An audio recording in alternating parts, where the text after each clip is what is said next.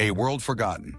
Hidden beneath our feet lies a world that has been lost to memory, a realm etched in stone, interred in silence, and obscured by the passage of time. Periodically, the Earth reveals its secrets, and these discoveries overturn everything we thought we knew.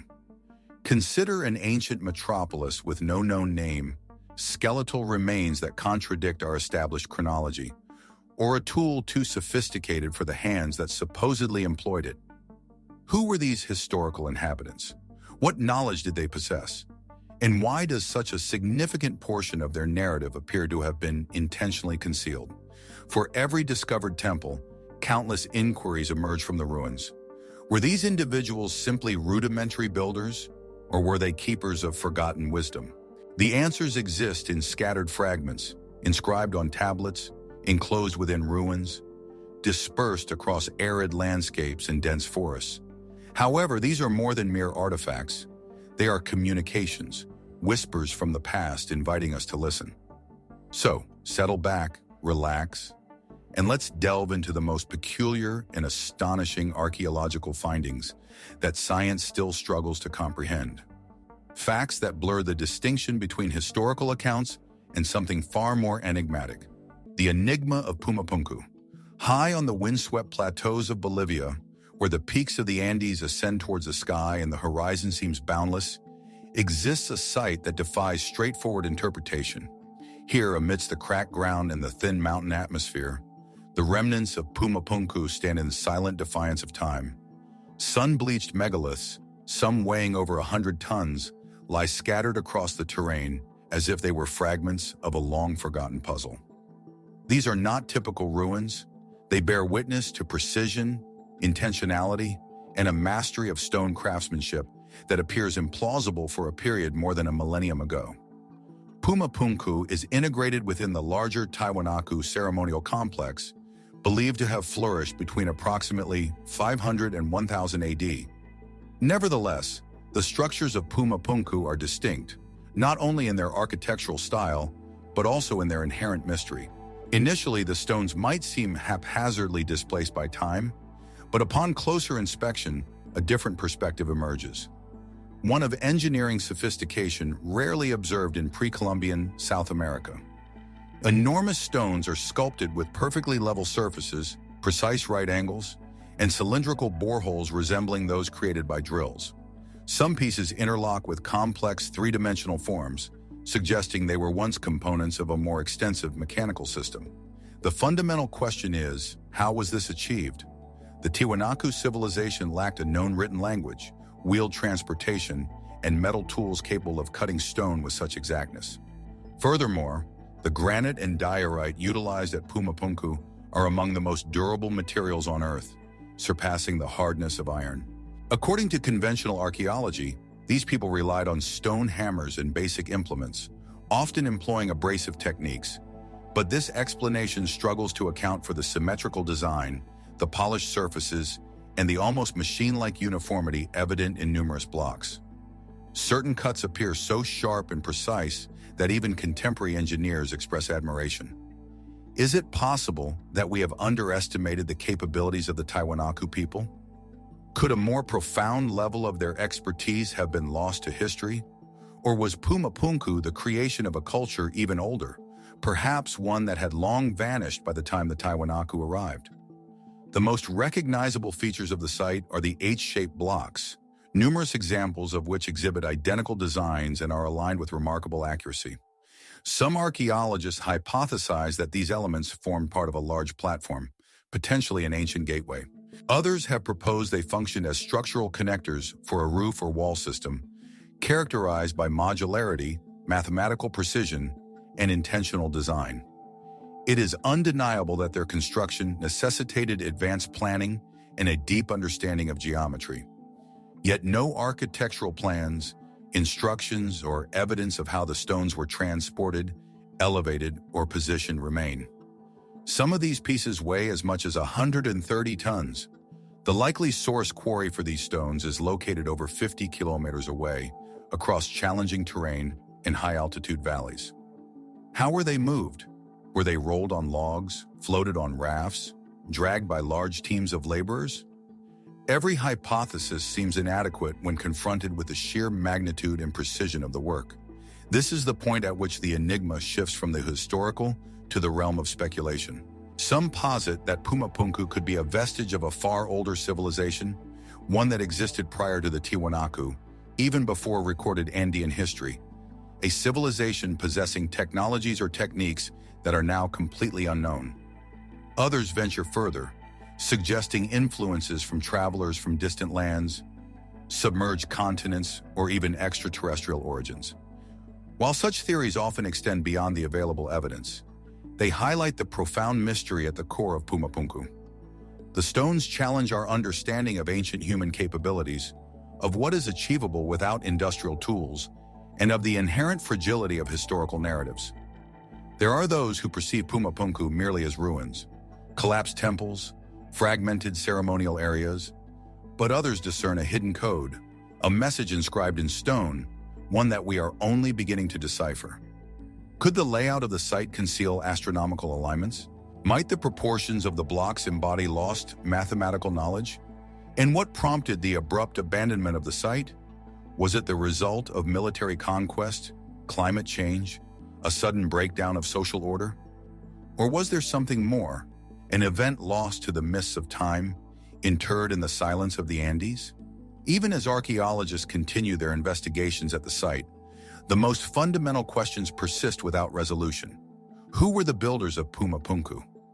How did they shape its seemingly impossible stones? And why does it appear so deliberately incomplete, like a partially revealed blueprint, a vision that was never fully realized? Today, the stones lie exposed beneath the vast sky, weathered by the wind, touched by frost, and still awaiting explanation. Visitors traverse the site with a sense of reverence, at times with disbelief. They touch the smooth surfaces of the megaliths, trace the sharp angles, and peer into the mysterious notches and grooves. And perhaps that is the enduring power of Pumapunku. Not only what it displays, but also what it conceals. For if these stones genuinely defy the capabilities of the tools we attribute to their creators, if their precision surpasses what we believed ancient people were capable of, then what else might be missing from our understanding? What other chapters of history lie buried, not by chance, but by deliberate design? Pumapunku remains, a silent sentinel, its stones whispering to the wind, its secret still firmly held, unyielding, unanswered, incomplete. Tutankhamun's Meteorite Dagger. As we depart from the stone enigmas of Pumapunku, we journey across vast spans of time and space, exchanging the windswept plains of the Andes for the golden sands of ancient Egypt. Here, beneath the intense sun and within the shadows cast by monumental temples, the burial chambers of pharaohs recount stories long interred. Among these, none is more captivating than that of the young king Tutankhamun. His tomb, discovered in 1922 within the Valley of the Kings, was a repository of treasures, chariots, sculptures, and golden mass. However, quietly positioned among these opulent items was a singular object, significantly smaller, yet perhaps far more extraordinary. A dagger, simple in form, exquisitely crafted, found resting alongside the mummified body of the young pharaoh. Initially, it appeared to be merely another item included for the afterlife, a royal symbol. But this particular blade would subsequently ignite decades of scholarly debate, analysis, and speculation. This is because Tutankhamun's dagger was not fashioned from terrestrial metal. It was crafted from a substance that descended from the cosmos. In contrast to the majority of ancient Egyptian tools and weapons, which were made from copper, bronze, or gold, this blade exhibited none of the typical signs of corrosion. It resisted deterioration, and its surface displayed a subtle shimmer in the light. When scientists eventually analyzed its composition, they were astonished to find elevated levels of nickel and cobalt, a clear indication of meteoritic iron. This was not simply iron extracted from the earth. It originated from a meteorite. The dagger was quite literally forged from the remnants of a star that had fallen to earth. But how could ancient Egyptians, living in the 14th century BC, have been aware of this material? And how were they able to work with a metal as rare and challenging as meteorite iron, which necessitates intense heat and considerable skill to shape? Centuries before the development of iron smelting techniques, For many decades, archaeologists were perplexed by this anomaly. In their writings, the ancient Egyptians referred to a substance they called iron from the sky, a poetic phrase that many had presumed was metaphorical. However, the discovery of Tutankhamun's dagger lends a chillingly literal interpretation to this phrase. It suggests that the Egyptians not only recognized meteorites, but also held them in high esteem, revered them, perhaps even believing they were divine gifts from the gods. Consider the symbolic significance. A weapon forged from celestial material, placed in the hands of a king destined to rule in the afterlife. Was the dagger solely for ceremonial purposes? Or did it hold a deeper meaning? Did it symbolize divine authority, a connection to something greater, something cosmic? And if this single dagger has survived the ravages of time, how many others may have perished due to decay? How many artifacts forged from stars might have once existed, later melted down, repurposed, or buried beyond discovery? Mainstream Egyptology acknowledges that meteoritic iron was occasionally used in the ancient world. Nevertheless, the expertise required to work it was immense. It is brittle and challenging to shape. To produce a blade of such fine craftsmanship, balance, and durability suggests a level of skill that should not have been present in that era, or at least not with such precision. Some researchers have proposed that the dagger may have been a diplomatic gift, perhaps from kingdoms like Mitanni or the Hittites, cultures known for their metallurgical knowledge. Others contend that it must have been crafted by local artisans possessing skills that are now lost. Regardless, its presence in the tomb of Tutankhamun, who died so young and so unexpectedly, adds another layer of mystery. Why this particular weapon? Why this specific material? And where precisely did the iron originate? In 2016, researchers were able to trace its probable source to a particular meteorite, the Karga meteorite, discovered near the Red Sea. Its elemental composition aligns almost perfectly with that of the blade. If this finding is accurate, it implies that the Egyptians not only collected meteorites, but also possibly tracked the locations of their impacts. Did they witness these celestial objects falling? Did they search the desert for them? What narratives did they share about these sky stones blazing across the heavens and crashing into the earth? In ancient Egypt, the boundary between the earthly realm and the divine was perceived as permeable. The cosmos was not regarded as a cold void, but as a domain inhabited by gods, spirits, and governed by eternal cycles. Is it possible that objects originating from the stars, rare, enigmatic, and seemingly indestructible, were viewed as tangible fragments of that divine realm? And if so, how many other sacred items might have celestial origins that we have overlooked? Today, Tutankhamun's meteorite dagger is securely displayed behind glass, admired by millions but fully understood by very few. It resides in the Egyptian Museum, not merely as a relic of a long-deceased monarch, but as a silent challenge to our preconceived notions, a reminder that ancient peoples may have directed their attention not solely towards the Nile, but also towards the celestial expanse. Was the dagger simply a symbol of royal status? Or was it something more, a key to a forgotten comprehension of the heavens? Did the ancients possess knowledge that surpasses our current understanding? Or are we just now beginning to formulate the appropriate questions? Because within that blade resides something extraordinary. Not merely iron, but enigma. Not merely craftsmanship, but insight. And in that silence, resting within a glass enclosure, it continues to prompt us to gaze upward, to contemplate, and to recall that at times the answers we seek descend from above. The subterranean city of Derinkuyu. As we move from the golden artifacts of a young pharaoh to the silent stones of Anatolia, the mystery undergoes a transformation, this time located beneath our feet. In the central region of Turkey, beneath the sun-drenched plateaus of Cappadocia, lies a site unlike any other, a landscape shaped by the forces of wind and volcanoes, where soft volcanic rock has sculpted twisting valleys, conical hills, and distinctive fairy tale chimneys. However, the most astounding structures in this area are not found above ground. They are concealed far below, in darkness and silence. According to popular accounts, the discovery began with a routine renovation project. In 1963, a man in the small town of Derinkuyu decided to demolish a wall in his basement expecting to find nothing more than another layer of stone. Instead, he uncovered a narrow passage, a dark corridor descending into the earth, which seemed to lead either nowhere or everywhere. What he had stumbled upon was the initial chamber of one of the most perplexing archaeological finds of the 20th century, a vast, multi-level subterranean city. This immense ancient complex was interred in complete secrecy beneath an unsuspecting town.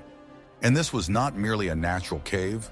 What lay beneath was a remarkable feat of engineering, encompassing halls, tunnels, wells, storage areas, stables, chapels, and intricate ventilation systems. A self-sufficient city carved into the very rock, Derinkuyu. Over time, archaeologists have unearthed 18 distinct levels, extending downwards more than 280 feet into the earth. Although not all levels are currently accessible, the sheer scale of the complex is astonishing.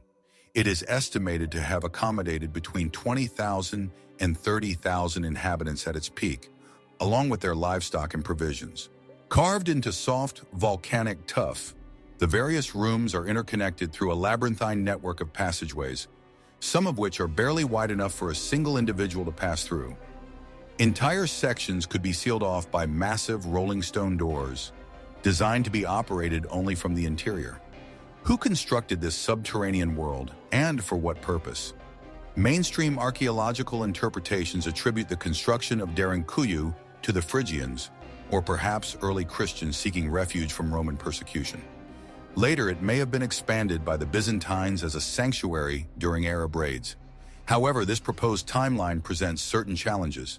The intricate nature of the design, the sheer magnitude of the excavation, and the precision evident in the architecture suggest origins that are significantly older.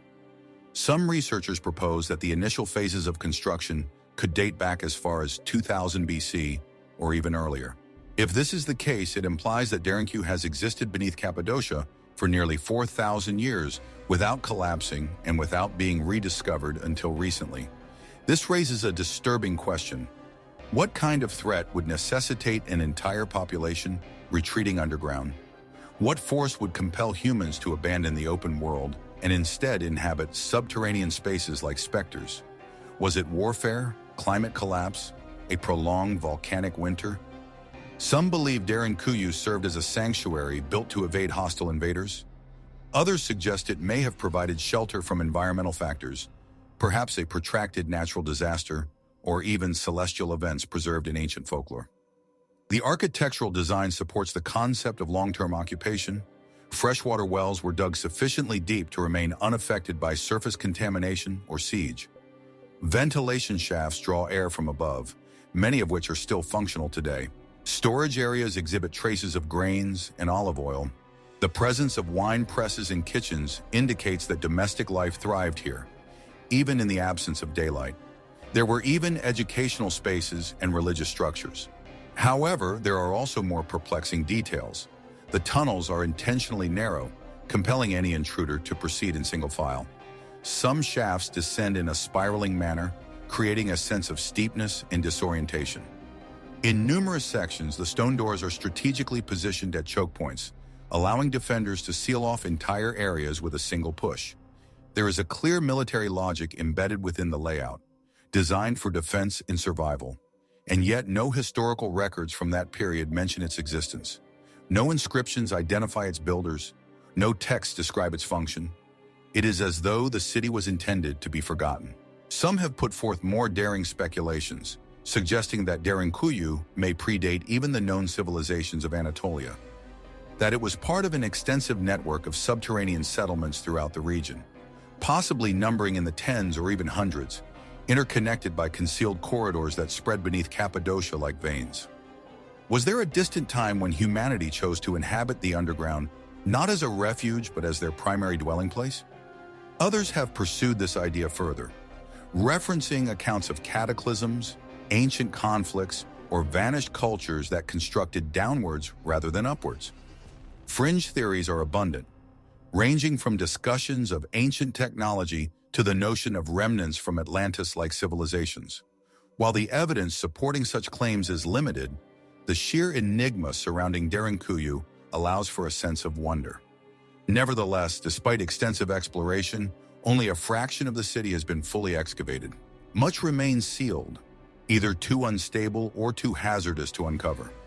Some chambers contain air that has been undisturbed for centuries. Some passages terminate in impenetrable darkness. We do not yet know the true extent of its depth. What secrets lie hidden behind the unopened stone doors? What historical narratives still lie dormant in the silence? Today, visitors are permitted to explore the upper levels, guided by artificial light, gazing into chambers that once accommodated entire communities.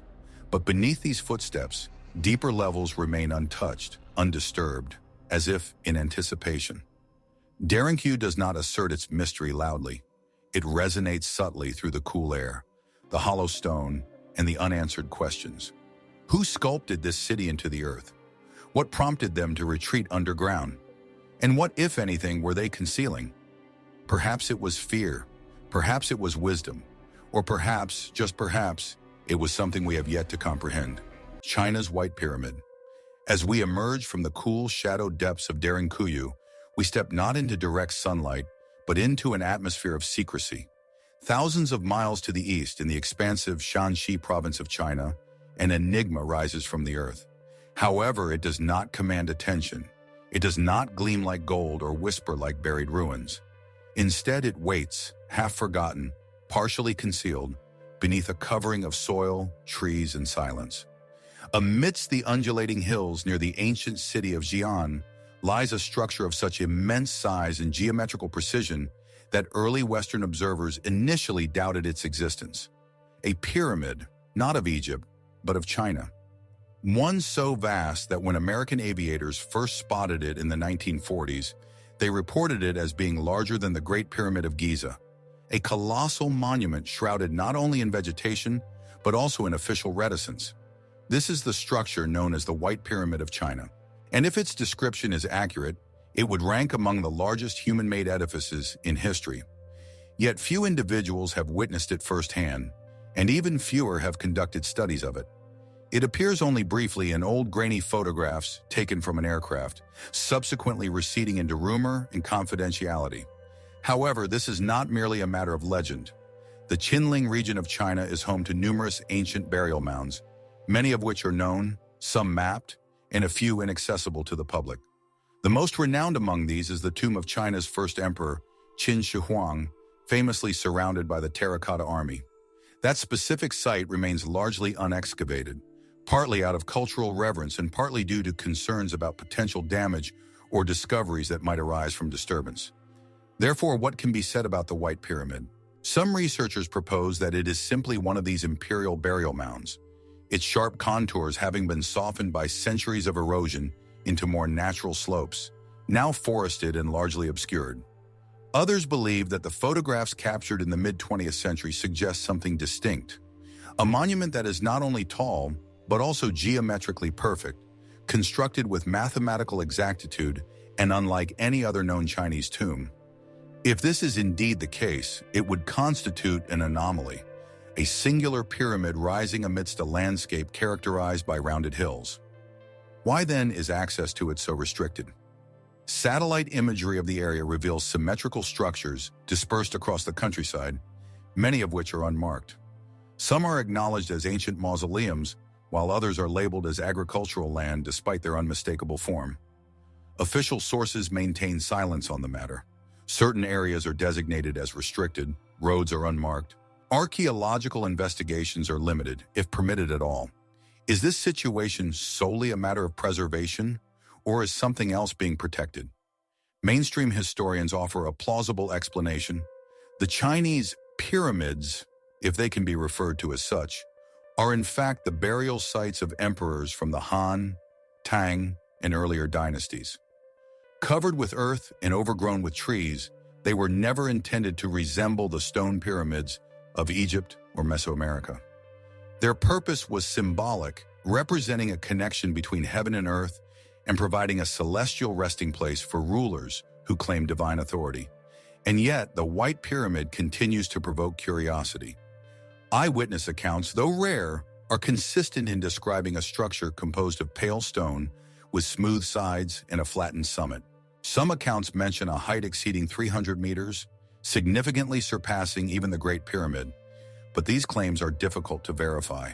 No official survey has confirmed them, and no public excavation has explored them. The pyramid remains as it has always been, unspoken, unseen. Speculative theories are abundant. Some propose that the structure predates the known Chinese dynasties, possibly constructed by a forgotten civilization, or one lost to the passage of time in imperial historical revisions. Others link it to ancient legends concerning sky gods and visitors from celestial realms. Narratives about sons of heaven who descended to earth bringing knowledge and tools. While these ideas extend far beyond accepted archaeological frameworks, they reflect a deeper human desire, the yearning to understand why something of such monumental scale could be constructed and subsequently erased from historical records. Even today, China's pyramids receive limited attention on the global stage. Unlike their Egyptian or Mayan counterparts, they are not promoted for tourism, nor are they widely studied in international academic circles. Most remain unexcavated. Some are simply enclosed by fencing and left to the natural processes of the forest. And the White Pyramid, if it exists as described, is treated more as a spectral presence than a recognized monument. What lies concealed within its depths? What stories are sealed beneath that earth? Could it be a tomb, a temple, or something even older than both? No one knows with certainty, and perhaps that is precisely the point. The White Pyramid of China stands, if it stands at all, as a testament to the aspects of history, power, and the selective nature of human memory that we still fail to comprehend. It serves as a reminder of how civilizations choose what is preserved and what is relegated to obscurity. Perhaps one day the veil of secrecy will be lifted. Perhaps archaeologists will be granted permission to excavate, study, measure, and compare. And perhaps we will discover that it is nothing more than a natural elevation, an illusion shaped by wind, erosion, and the human imagination. But until that time, it persists as an enigma, a monumental form glimpsed from the clouds, a silence etched into the landscape, and a question buried beneath layers of earth, time, and confidentiality. The Eye of the Sahara. As the silent slopes of China's Forbidden Pyramid fade into the mist of conjecture, we now direct our attention toward the scorching expanse of North Africa, to a region where the land stretches so far and so emptily that it feels as though time itself has been swept away by wind and sand. The Sahara. However, beneath its endless dunes and sun-baked plains, the desert may hold more than just desolation. Concealed within the world's largest hot desert lies a secret, one not characterized by towering ruins or ancient bones, but by something more peculiar. Patterns in the land, lines, shapes, and perhaps a map. From an aerial perspective, the Sahara presents a canvas of monotonous golden hues. But satellite imagery has begun to dismantle that illusion. Beneath the undulating dunes and rocky basins, researchers and amateur historians have identified various formations, circular depressions, ancient riverbeds buried underground, and faint angular outlines that appear too deliberate to be naturally formed.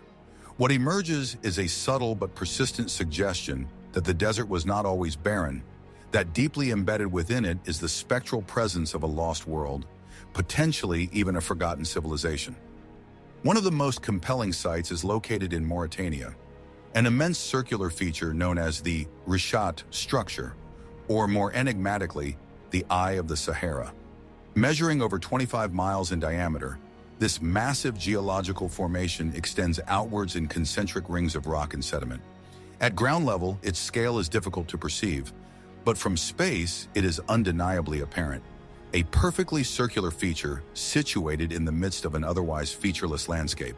Geologists attribute the Richat structure to a deeply eroded dome of uplifted rock, formed by natural geological processes, but alternative theories have circulated for a considerable time.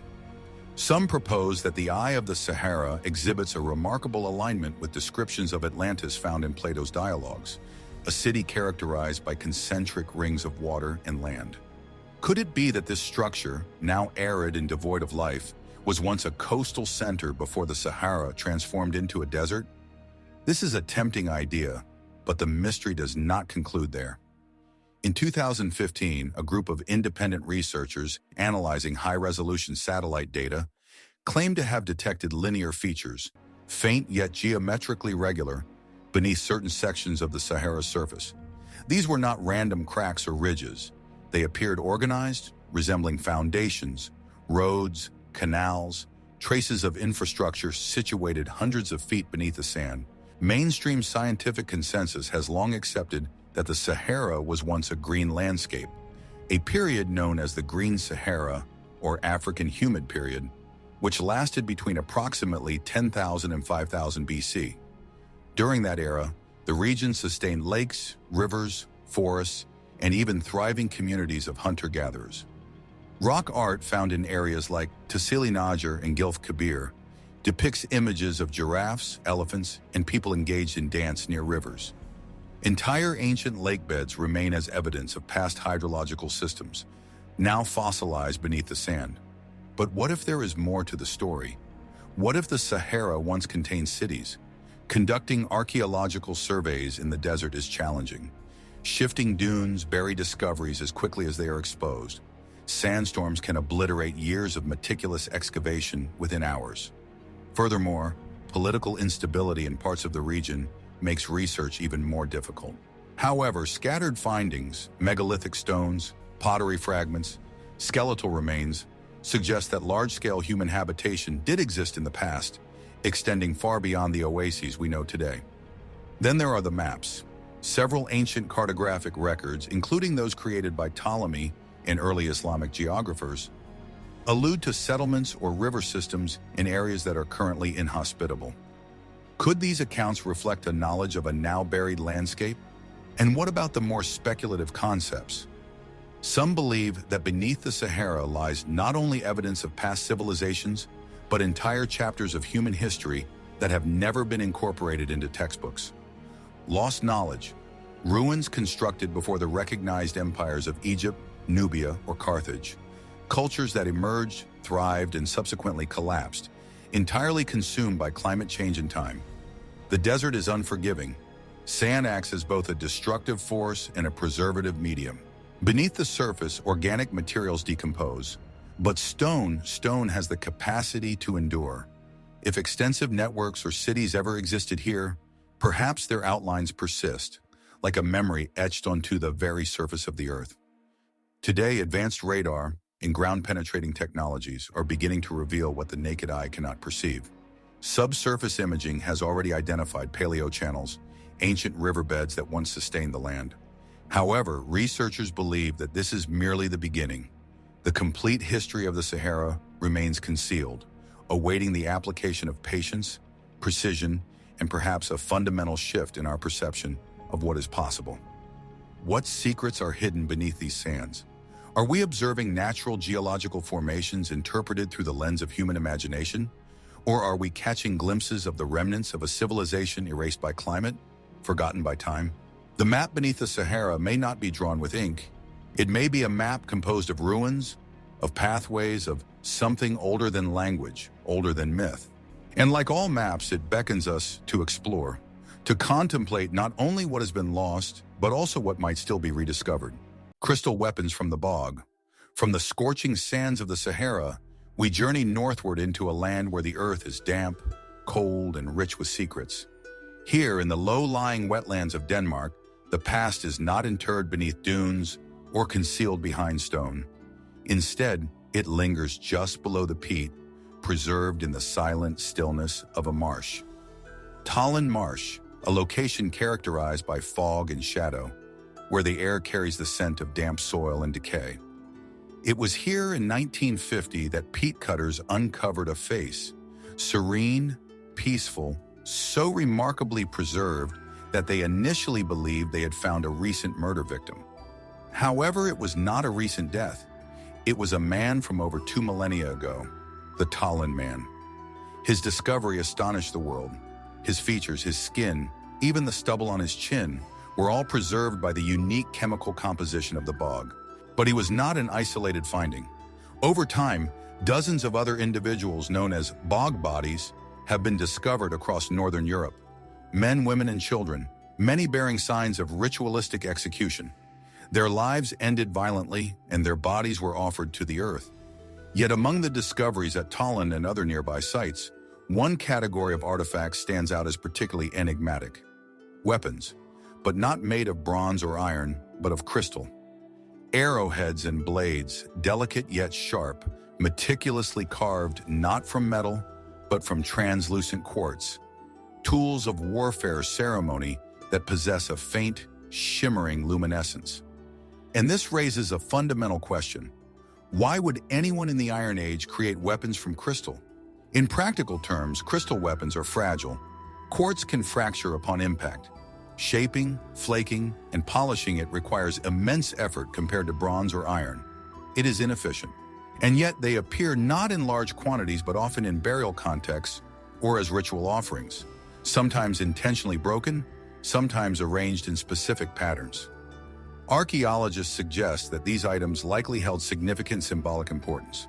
In some instances, quartz tools were found alongside cremation remains or placed with the deceased in peat-filled graves. In others, they were deposited at the bottom of bogs, where time forgets, but the earth retains memory. Is it possible that these crystal artifacts were never intended for combat? Quartz has long held significance in human cultures. It refracts light, sparkles under the sun, and is found in sacred contexts worldwide. In ancient times, it was associated with purity, protection, and even communication with the divine.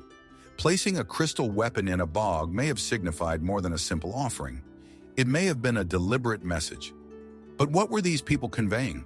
Some believed that the bogs themselves were considered sacred, representing a threshold between different realms. Offering a blade of crystal could have been a means of connecting with or appeasing the gods. Others suggest that the weapon symbolized a rejection of violence, the intentional destruction of tools of power as part of a ritual, a form of spiritual disarmament. Conversely, it is possible that the crystal blades were never weapons at all. Their form resembles tools of war, but their function may have been ceremonial, part of initiation rites, seasonal rituals, or sacrifices that have been lost to oral tradition. A dagger intended not for killing, but for consecration. An arrow designed not for hunting, but for prayer. And still, the mystery deepens. In certain cases, these crystal artifacts exhibit remarkable craftsmanship.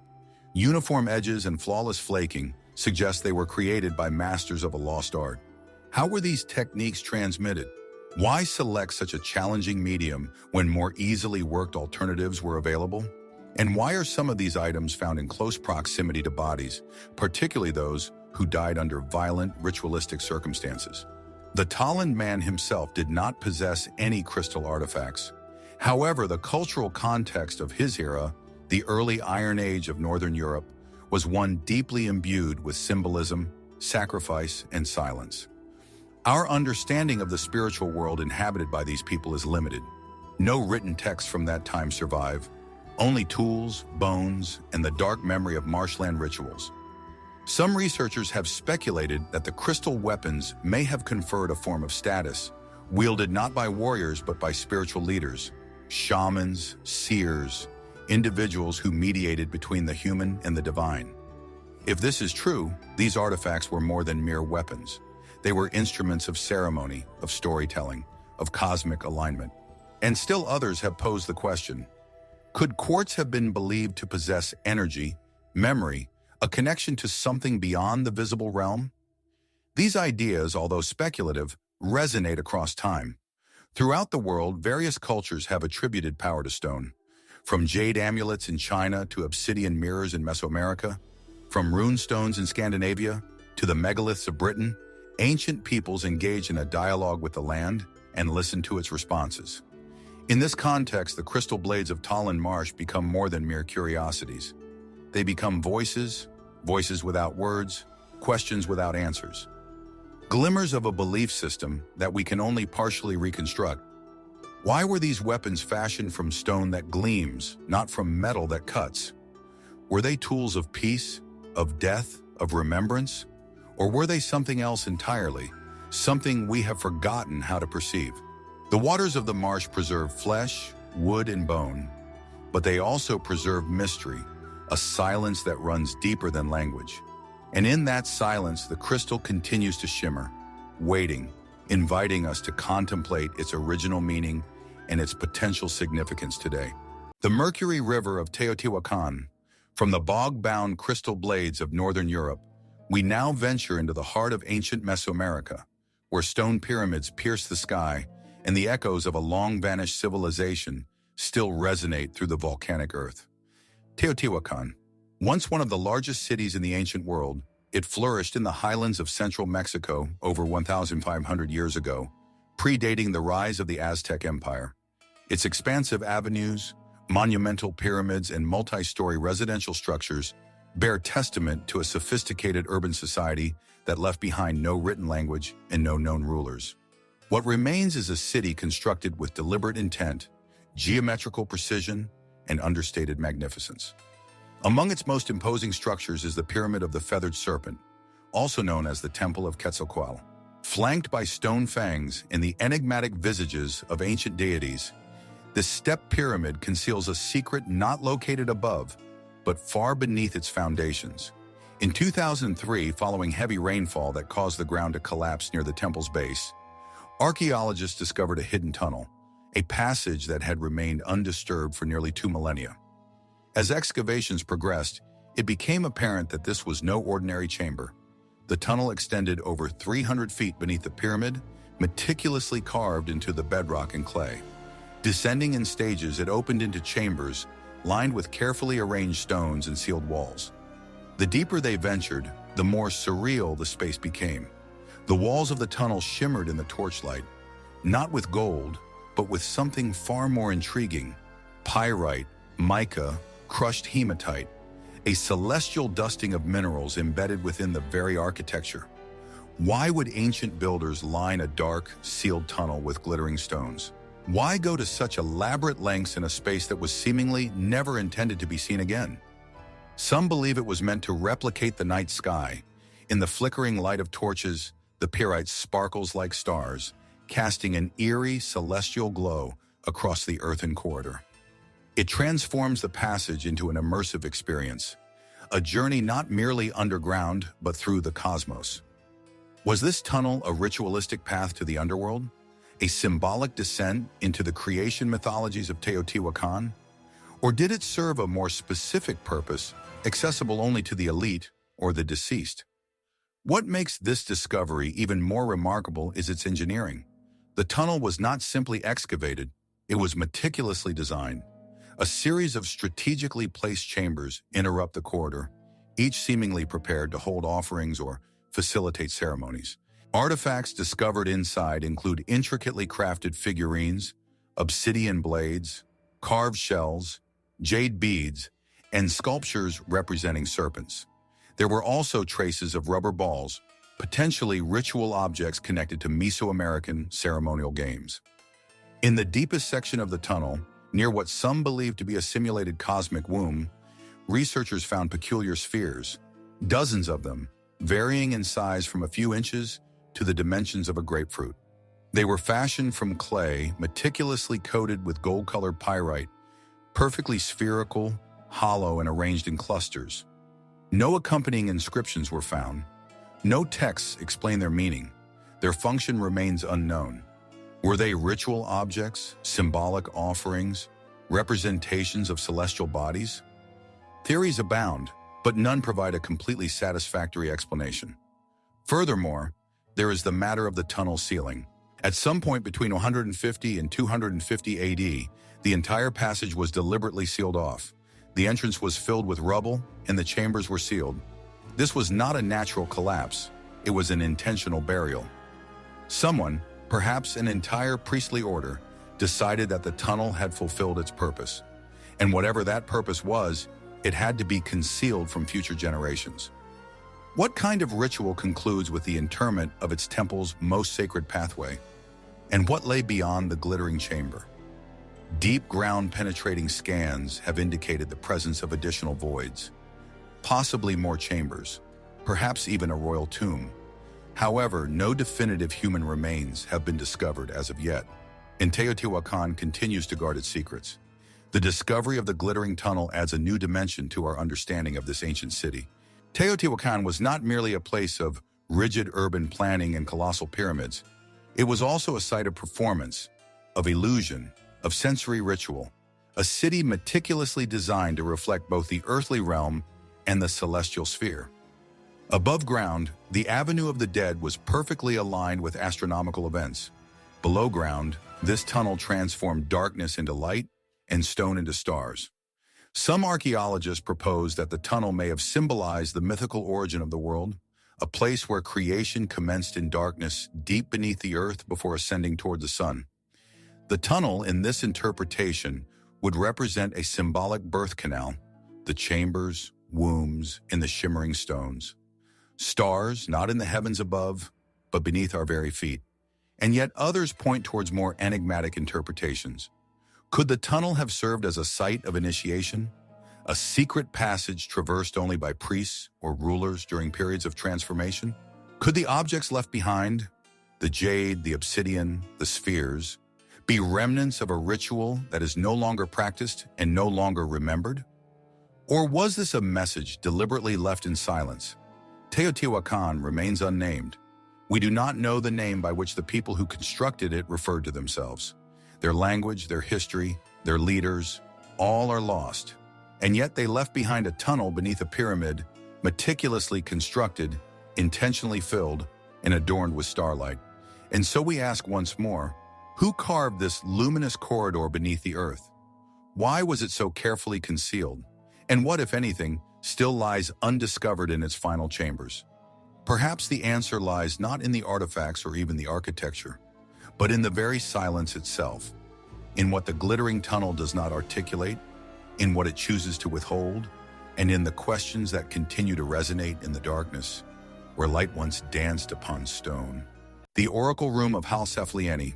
As we depart from the resonant echoes of the Hypogeum in Malta, a temple where stone and sound appear to be intricately connected, we now journey to the lush volcanic highlands of West Java, Indonesia. Amidst dense forests and terraced hillsides lies a site that challenges not only our understanding of local history, but potentially the timeline of human civilization itself. Gunnong Padang. At first glance, it appears to be a simple hill, its slopes covered in grass and fragmented basalt columns. However, upon closer inspection, patterns begin to emerge. Stones are arranged with an unsettling regularity. Platforms ascend sequentially, leading to a flat summit that was once considered a megalithic site of regional cultural importance. For generations, the Sundanese people regarded it as sacred, a place imbued with spiritual energy and power. However, recent investigations suggest that this hill might not be a natural geological formation after all. According to a growing body of archaeological and geophysical research, Gunnong Padang could be a pyramid, not one constructed with precise limestone blocks like those in Egypt, but a massive terraced structure composed of layers of worked stone and subterranean chambers. If these claims are substantiated, it would be the largest and potentially the oldest pyramid ever discovered. Conventional historical accounts have long dated the surface megaliths of the site to around 500 BC. However, over the past decade, new radiocarbon dating of soil and organic material extracted from deeper within the structure has yielded astonishing results. Some findings suggest evidence of human activity dating back as far as 20,000 BC. Even conservative estimates propose the presence of layers from around 7,000 BC. In either case, these dates are significantly earlier than any known monumental architecture on Earth. Could Gunnong Padang represent a civilization that has been long forgotten, one capable of complex engineering reaching deep into prehistory? Geophysical scans have revealed what appears to be an internal structure beneath the terraces, including cavities, chambers, walls, and successive layers of stonework extending tens of meters below the surface. Some of these layers are aligned with the cardinal directions. Others exhibit anomalies in magnetic readings, indicating they were not positioned by natural processes. The deeper one examines the site, the more peculiar the signals become. And yet the deeper one delves, both literally and metaphorically, the more contentious the site becomes among experts. Many specialists advocate for caution. They argue that the natural geology of the site, particularly the columnar basalt formations, can be easily mistaken for artificial arrangements, that what appears to be a pyramid might simply be a modified natural hill enhanced with ritual stones by later cultures, and that the dating results may reflect ancient organic intrusion rather than deliberate construction. But others are not so quick to dismiss these findings. Indonesian geologist Dr. Danny Hillman Natawijaja has become one of the site's most prominent proponents, arguing that Gunnong Padang is a multi-layered construction project, one that evolved over thousands of years, potentially built by a culture that has been lost to the sea or buried by volcanic ash in time. He proposes that it may be the work of survivors from a forgotten era, the memory of which persists only in mythical narratives. Indeed, throughout Southeast Asia, stories are prevalent concerning floods, submerged lands, and ancient kingdoms that were swallowed by the ocean. Could Gunnong Padang be a surviving remnant of one of these? And if so, what are the implications for the timeline of human civilization? If proven, it would demonstrate that organized societies capable of large-scale construction existed millennia before the emergence of Mesopotamia or the Nile Valley. It would necessitate a revision of the origin story of civilization itself, suggesting not a sudden appearance after the Ice Age, but a legacy inherited from a more ancient, more complex world. The summit of Gunnong Padang is divided into several distinct platforms, each featuring stone arrangements, altars, and aligned megaliths. Their positioning suggests an understanding of astronomy, potentially related to tracking solstices or stellar alignments. However, no writing, no tools, and no human remains have been recovered in a definitive context. Only stone, shaped and placed with purpose, echoing a language that we no longer comprehend. Were these the creations of a priesthood, astronomers, or builders who preserved cosmic knowledge in basalt and earth?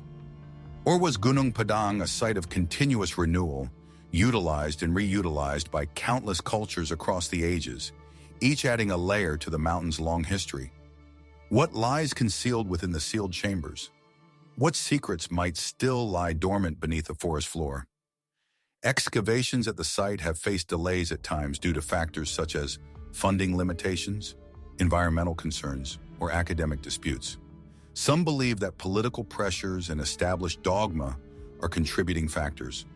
Others advocate for patience and rigorous scientific study before attempting to rewrite historical narratives. And perhaps they are correct. But still, the mystery persists. A hill that may be a pyramid, a temple predating known civilizations, a forgotten architectural form whispering through stone.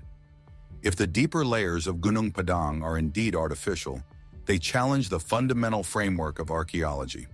They compel us to reconsider the capabilities of ancient humans and the timing of their advancements. They prompt us to examine not only the existing evidence, but also what we may have chosen to overlook or forget. Could we have achieved advanced societal development before, constructed complex structures before, and experienced periods of decline before? And if Gunnong Padang holds these answers, why does it remain so silent? Why do its stones communicate only through riddles buried beneath the roots of time? Gunnong Padang. From the green highlands of Java and the cryptic terraces of Gunnong Padang, we descend once more into the desert. Here the landscape transforms, becoming parched, sculpted by wind, and unforgiving. But in the midst of this barren sandstone wilderness lies a city carved not from individual stone blocks, but directly from the living rock itself, Petra. Hidden within the arid mountains of southern Jordan, Petra was once a thriving metropolis of the Nabatean people, traders, engineers, and artisans who flourished more than 2 millennia ago.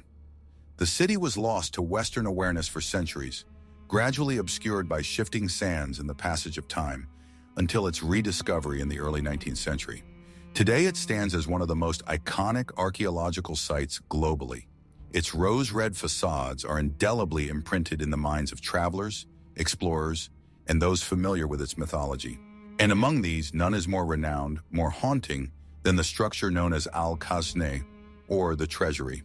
It emerges abruptly at the conclusion of a narrow gorge, the Syke, a canyon that winds through towering sandstone cliffs, enveloping visitors in shadow until, just beyond the final turn, it is revealed.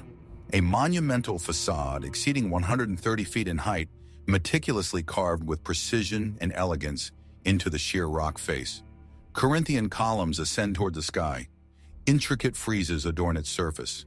At its center, a massive urn rests high above, as if safeguarding a secret lost to the centuries. But what was the treasury's actual purpose? And why does it appear so incongruous, resembling Greek or Roman architecture more than traditional Arabian design, and suggesting a temple rather than a tomb? Traditionally, archaeologists classify it as a royal mausoleum, likely constructed in the 1st century BC.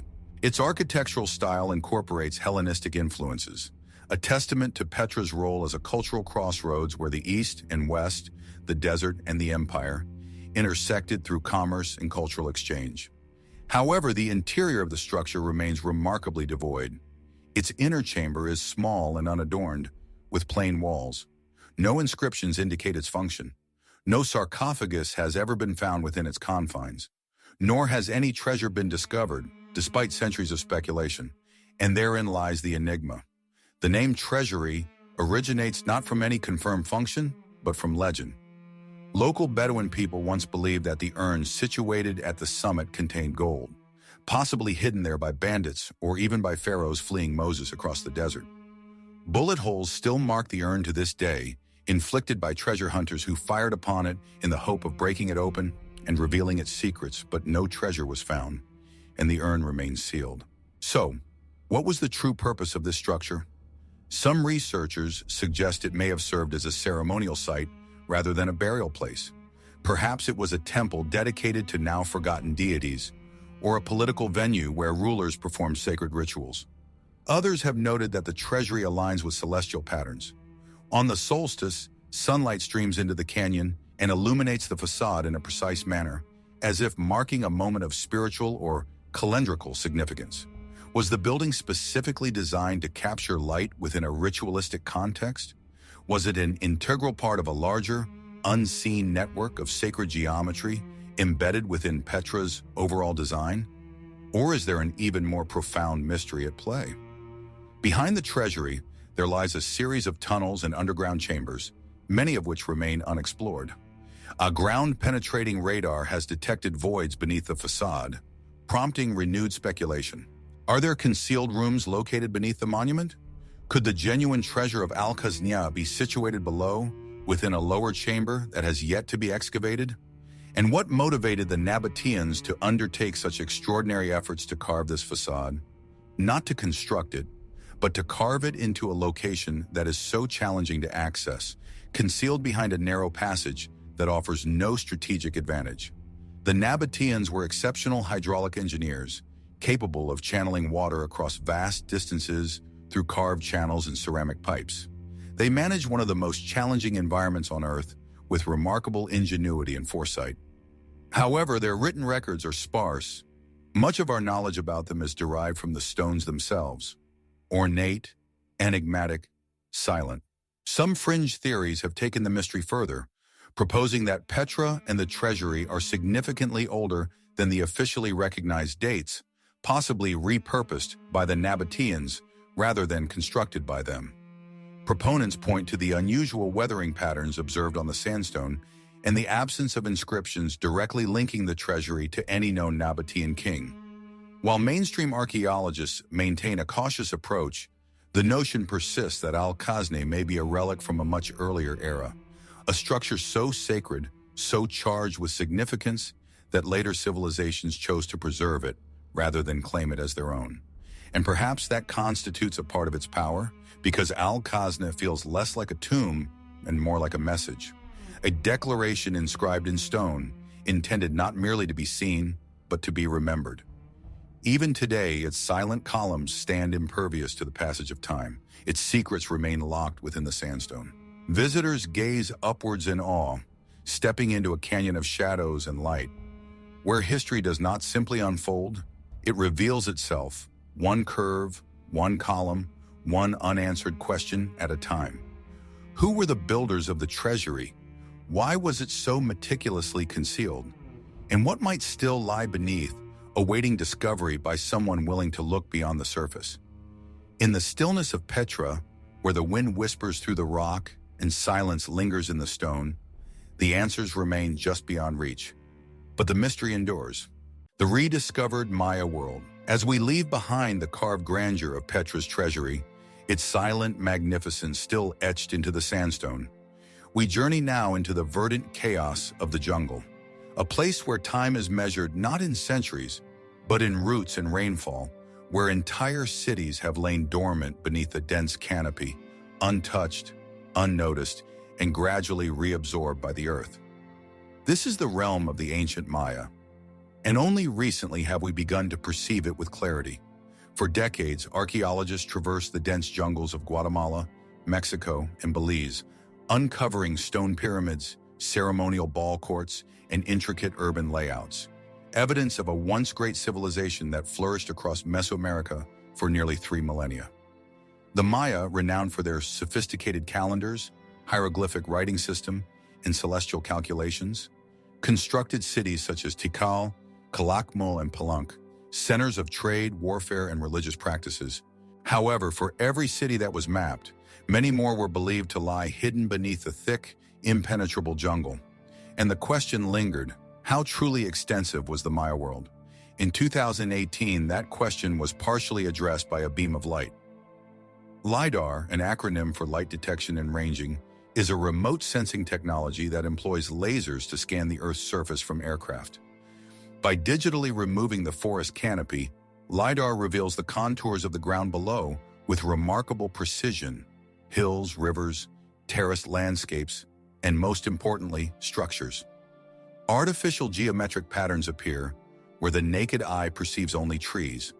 When researchers utilized LiDAR over the northern Petén region of Guatemala, the results astounded even the most experienced archaeologists. Overnight, the known scale of the Maya civilization expanded exponentially. What was revealed was not merely a few new structures, but an entire interconnected network of cities, roadways, fortifications, and agricultural fields. More than 60,000 previously undiscovered structures, homes, palaces, canals, irrigation systems, emerged from the virtual landscape. Some of these complexes exhibited dense urban planning, suggesting populations numbering in the millions, far exceeding previous estimates. Massive causeways connected cities to one another, extending in remarkably straight lines, traversing challenging terrain that had once seemed impassable. Defensive walls encircled certain areas, indicating periods of conflict. Sophisticated water management systems, reservoirs, dams, and drainage channels, demonstrated an understanding of ecology and sustainability that had been lost to time. And yet all of this had remained hidden, not through intentional concealment, but by the natural processes of the environment. How could a civilization of such scale and complexity vanish so completely from view? A partial answer lies in the building materials employed. The Maya constructed with limestone, which is susceptible to weathering in tropical environments. Compared to other ancient cultures, they left relatively few large-scale stone inscriptions. Their cities did not collapse solely due to fire or conquest, but also gradually declined in silence, abandoned to the encroaching forest over centuries. However, LiDAR effectively peeled back the green veil. It demonstrated that what were previously considered isolated ceremonial centers were, in fact, integral parts of a vast, interconnected civilization.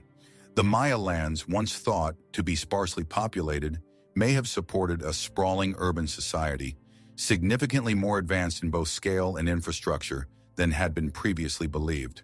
And this raises unsettling questions. What caused a civilization of this magnitude to decline? Was it environmental collapse, prolonged drought, internal conflicts, foreign invasion? Or was it something more complex, a convergence of systemic failures in a society stretched beyond its capacity? The LiDAR data hints at both grandeur and vulnerability. Magnificent plazas and sacred pyramids exist alongside evidence of deforestation and the overuse of agricultural land. Roads extend like veins through regions that are now uninhabited. Entire districts that once teemed with life are now merely spectral imprints on the forest floor. And yet many of these sites remain unexcavated. Some are exceedingly difficult to access. Others are protected by nature herself, buried beneath roots thicker than a person's arm, guarded by jaguars, high humidity, and the passage of time. What lies concealed beneath those stones? What texts? What artifacts? What voices from the past are still hidden beneath the breath of the jungle? Some researchers have speculated that the Maya may have attained a level of societal complexity comparable to that of ancient Egypt or Mesopotamia, yet without the same emphasis on architectural permanence. Others perceive evidence of societal experimentation, cities designed with radial symmetry, ceremonial centers that emphasize the interplay of sound and sightlines, and astronomical knowledge integrated into their architecture.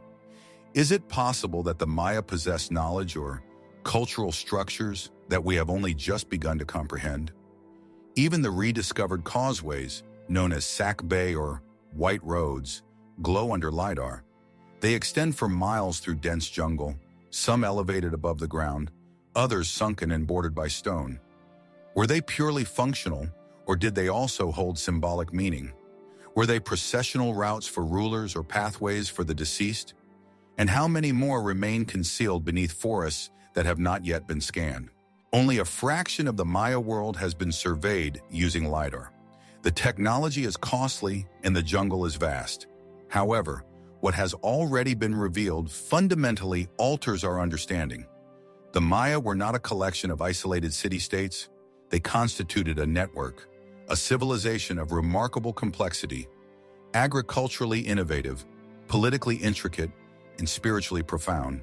And yet they vanished. Their cities were engulfed by the jungle, their stories fragmented, their people absorbed into the broader sweep of history. But now gradually, beam by beam, the earth is returning them to us. And as we stand at the edge of what has been discovered and what may yet be found, we are compelled to ask, what else is hidden beneath the canopy? What truths await discovery in the silence of the forest floor? And how many other civilizations like the Maya have disappeared from view? Not because they failed to leave a lasting mark, but because we have not yet acquired the means to perceive it. With each scan, each pixel, each faint trace of stone revealed beneath green shadow, the past expands and the mystery deepens. The enigmatic bog bodies. As we depart from the overgrown ruins of Maya cities, newly revealed by beams of light from the sky, we now enter a significantly darker landscape, one that is not illuminated by technology, but by the hushed exhalation of the earth itself. A place not constructed from stone, but shaped by water, peat, and time. The bogs of northern Europe. Here in this environment that is neither entirely solid nor liquid, where mist hangs low over the reeds, and the air is heavy with the scent of decay, something ancient persists. Not ruins, not monuments, but bodies, remarkably preserved within the cold, acidic embrace of the peat. They are known simply as bog bodies, discovered scattered across the wetlands of Denmark, Ireland, Germany, the Netherlands, and the British Isles. These human remains are astonishingly detailed. The skin remains intact, hair adheres to the scalp, fingernails and eyelashes are still present. Even the expressions on their faces appear frozen in a final moment that transcends time. Some appear tranquil, others do not. The most renowned among them, Tollin Man, Graubala Man, Lindo Man, seem not merely preserved, but suspended between different realms. Their skin has darkened to a leather-like texture. Their features are delicate, haunting, and undeniably human. Yet their deaths were not natural. Many exhibit signs of violent ends: strangulation, blunt force trauma, slit throats, bound limbs. They were not simply interred in the bogs. They were deliberately placed there with a specific intention. But what was that intention? The prevailing theory among archaeologists is that these were ritual sacrifices, perhaps offerings made to the gods or to the land itself. The bogs were regarded as liminal spaces, representing thresholds between the realm of the living and the dead, between the human and the divine. In many ancient cultures, wetlands were simultaneously revered and feared, perceived as sites of transition and transformation. Offering a life to the bog may have been a means of restoring equilibrium, appeasing nature, or ensuring a bountiful harvest. Alternatively, it could have been a form of punishment, a way to erase an individual not only from life, but also from collective memory. However, the precise truth remains unknown. Each body tells a distinct story. Tolland Man, discovered in Denmark in 1950, was so exceptionally preserved that his discoverers initially mistook him for a recent murder victim. He wore a pointed cap, and a noose was still present around his neck. No other injuries were found, and no grave goods accompanied him. It was simply his body, gently curled in a fetal position, as if asleep. He has been dated to around 400 BC. Grauballe Man, found in the vicinity, had his throat slit from ear to ear. His skin still exhibits a vibrant color under museum lighting. He died around the same time. His hands showed no signs of manual labor, and his stomach was empty. His death, like so many others, was silent, stark, and definitive. Why were these specific individuals chosen? Were they volunteers, outcasts, or perhaps priests? Were they rulers being returned to the earth, or criminals being expunged from society? Some scholars reference early Iron Age texts and Roman accounts describing barbarian rituals, referring to druids and blood rites, sacred groves, and human sacrifice. However, these writings were filtered through the perspective of conquest, influenced by fear and misunderstanding. The people who placed these bodies in the bogs left no written records detailing their intentions. Only the bodies remain, and the bogs communicate in their own subtle language. The conditions that facilitated the preservation of these remains, anaerobic, acidic, cold, also caused the deterioration of much of the surrounding context. No bones have survived. The peat dissolves hard tissue, leaving behind only soft flesh and organic traces. We gain a glimpse of the individual, but rarely the complete picture of their world. Their world is gone, their final moment preserved. Some bodies were carefully positioned within the peat, arranged with reverence. Others were seemingly tossed or pinned down, suggesting a more violent end. Some were unclothed, while others were dressed in finely woven garments. Occasionally, the contents of their final meal are still present in their stomachs. Grains, porridge, seeds, suggesting either ritual feasting or symbolic fasting. Were these bodies part of larger ceremonies, public acts witnessed by the community, or were they secret sacrifices performed under the cover of moonlight and concealed from collective memory? The mystery deepens when we consider their geographical distribution. Bog bodies have been found across numerous regions, separated by both time and language, yet united by a common practice. Always the bog, always the same indicators: rope, blade, bruising, interment. Was this a shared belief system across different cultures, or were these isolated practices shaped by similar environmental conditions? And what led to the cessation of these rituals? By the late Iron Age, the tradition appears to decline. Burial customs undergo changes. The bogs return to silence. Was this shift a result of evolving religious beliefs, the rise of new political structures? Or did the people simply forget the profound significance that the bog once held? Today, the bog bodies are displayed in museums, resting beneath glass in subdued lighting. Their skin remains soft from the preserved moisture, and their presence is impossible to overlook. They are not merely skeletal remains. They are not abstract representations. They are people. People who once breathed, walked, wept, and sang. People who were taken gently, violently, reverently into the earth and left there to be discovered. But by whom were they found? And for what purpose? Perhaps that is the ultimate question. These bodies were preserved by nature, but unearthed by human hands, retrieved from the mud either by chance or by curiosity. And now we must confront the question: what are we truly seeing when we gaze into their faces? A sacrifice, a punishment, a ritual that has been forgotten, or simply a life prematurely ended, yet somehow rendered eternal? The bogs do not provide answers. They do not offer explanations. They whisper, and in that whisper, a question lingers, soft and cold. What else lies waiting just beneath the surface? The Sumerian king list. As we carefully step away from the silent peatlands of northern Europe, where the bog bodies lie in their perpetual slumber, we journey southeast to the sun-drenched plains of Mesopotamia, a land shaped by rivers and reeds, by clay tablets and ziggurats, a land that many consider the cradle of civilization. Here, where the Tigris and Euphrates rivers once nurtured great cities, The ancient Sumerians meticulously recorded their history, not through oral traditions or fragile parchment, but in cuneiform script impressed into wet clay and subsequently hardened by time. And among the thousands of these tablets, buried and forgotten for millennia, one document stands out, not only for its content but also for the extraordinary questions it provokes. This is the Sumerian king list. On the surface, it appears to be a straightforward historical record, an administrative chronicle of rulers, their associated cities, and the duration of their reigns. However, upon deeper examination, the peculiar nature of the list becomes apparent. The list commences not with ordinary monarchs, but with mythical figures, individuals said to have reigned for impossibly long periods, spanning thousands of years. One king is recorded as having reigned for 28,800 years, another for 36,000.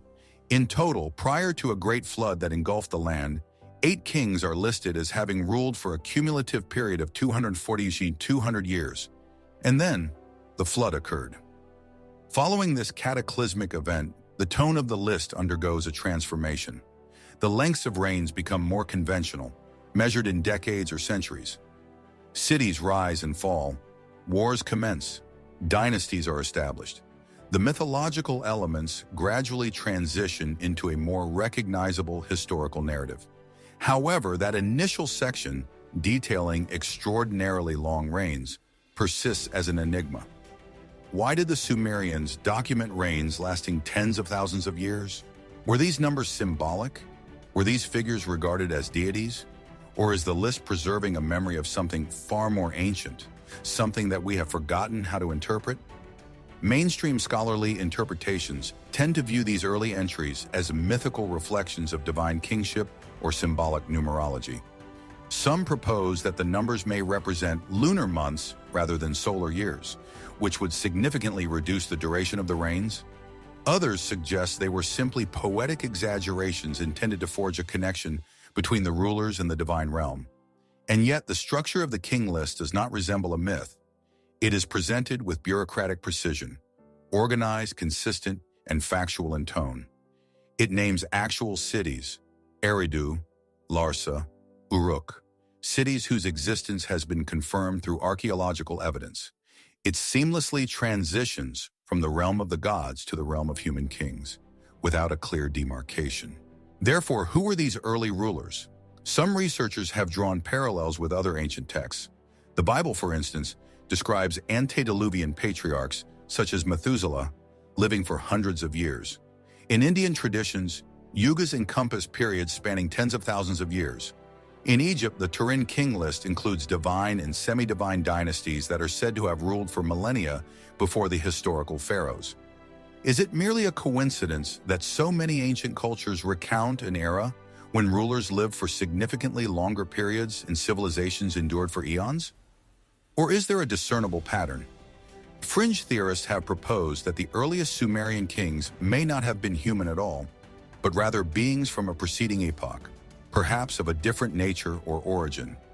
Narratives concerning the Anunnaki, divine beings who are said to have descended from the heavens and shaped humanity, have fueled countless alternative theories. However, concrete evidence to support these claims remains elusive, consisting more of suggestion than verifiable proof. Nevertheless, the question persists: why did the Sumerians compile this list in the manner that they did?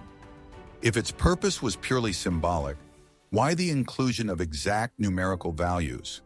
Why the precise sequence of cities? Why anchor it with a global event, the flood, which appears in narratives across diverse cultures? The flood itself, as referenced in the king list, marks a pivotal turning point. The flood swept over the earth, it states simply, without elaboration, without mythological detail, just a single line. And yet, throughout the ancient world, from Mesopotamia to India, from Greece to the Americas, there are echoes of the same event: a great deluge, a reset, a world purified by water. Did the Sumerians preserve a memory here? Not merely of kings and cities, but of the cyclical nature of time, of ages lost beneath water and sand. Archaeologists have uncovered evidence of severe flooding in the Mesopotamian basin, dating to approximately 2900 BC. While this event may not have been global in scope, it was catastrophic on a local level. Entire cities were affected. Is it possible that the king list is encoding historical information? Not in the way we define history, but in the way ancient peoples remembered it. Memory, after all, is not always linear. It is layered, compressed, and transformed. Perhaps the reigns of 30,000 years were not intended to be numerically precise, but to evoke a sense of vast time, to signify an era when the world was different, when gods interacted with humans, when time was measured not by clocks or calendars, but by cycles, celestial movements, and narratives. And yet one detail remains difficult to reconcile. Why initiate a formal administrative record with such improbable claims, only to transition into listing known and verifiable rulers? Why not separate myth from history? Why merge the two within a single document that was repeatedly copied and reinterpreted over centuries? Unless the Sumerians did not perceive them as distinct categories at all. To them, the divine past was an integral part of the historical present. The realms of gods and kings overlapped, merged, and echoed one another. And perhaps from that perspective, the notion of a 36,000-year reign was not considered absurd. It was a truth of a different kind. So, we are left with an enigma, one etched in clay, still legible after 5,000 years. A list that begins not with a question, but with a declaration. After kingship had descended from heaven, what existed before history as we understand it? Who ruled in the time before time? And how many truths concealed within myth and represented by numbers have we yet to decipher? The tablets are silent now, but their communication is not concluded. The painted skull of Jericho. From the ancient memories inscribed in clay, chronicling Sumerian kings whose reigns extended impossibly into the distant past, we now shift our attention to something far more intimate, yet equally enigmatic. A human face, painted, preserved, and carefully positioned, not beneath stone or within a burial chamber, but delicately balanced on the back of a turtle shell. This artifact does not announce itself with grandeur. It was discovered quietly within a remote burial site on the island of Jericho, located in the West Bank. Here, layers of soil concealed one of the most perplexing findings from the Neolithic era. Among the remnants of an early settlement, archaeologists unearthed a human skull. However, what made it remarkable was the treatment it had received. The skull had not simply been buried, it had been altered. Its facial features were painted with red ochre, a mineral pigment long associated with ritualistic practices and burial rites. The paint meticulously outlined the eyes, nose, and lips, presenting a face that had been recreated after death.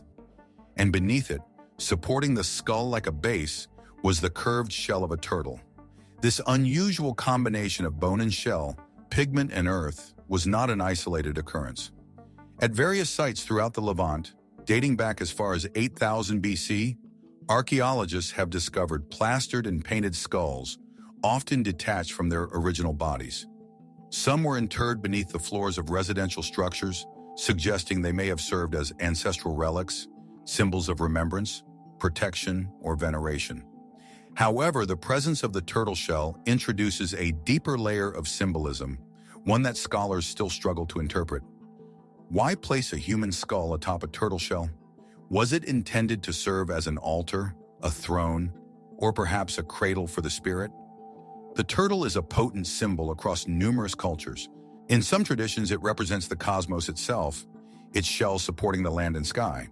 In others, it symbolizes longevity, wisdom, and the boundary between the terrestrial and aquatic realms, between life and death. But within the specific context of Neolithic Jericho, we can only speculate on its significance to the people who so deliberately placed it beneath the soil. Perhaps the combination of skull and shell signified rebirth, with the hard enclosing shell symbolizing protection, incubation, or the transformation of the soul.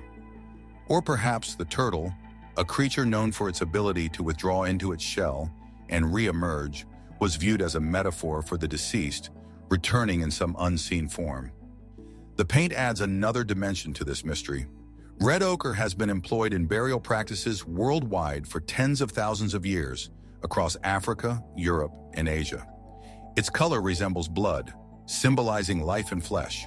To paint the face of the deceased was an act intended to restore them to life, or at least to remember them as they were in life. But was this an expression of grief, a ritual of power, or something more personal, an attempt to preserve identity beyond the decay of the body?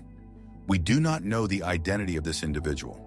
No name accompanies the skull, no text provides context, and no grave goods other than the shell were found. We do not know if they were a leader, a shaman, or simply a beloved member of the community. However, the meticulous care taken in the preparation and placement suggests reverence and intentionality. Other skulls from the same era have been discovered with eyes recreated using shells or features sculpted from plaster.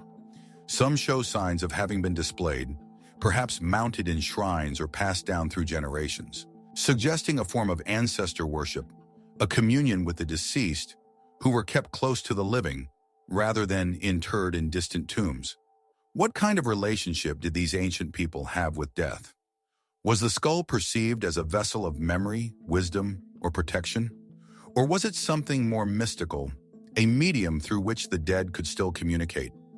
The presence of the turtle shell complicates any singular interpretation. It is both a natural object and a symbolic representation, serving both a functional and spiritual purpose. Was the shell used to transport the skull in processions?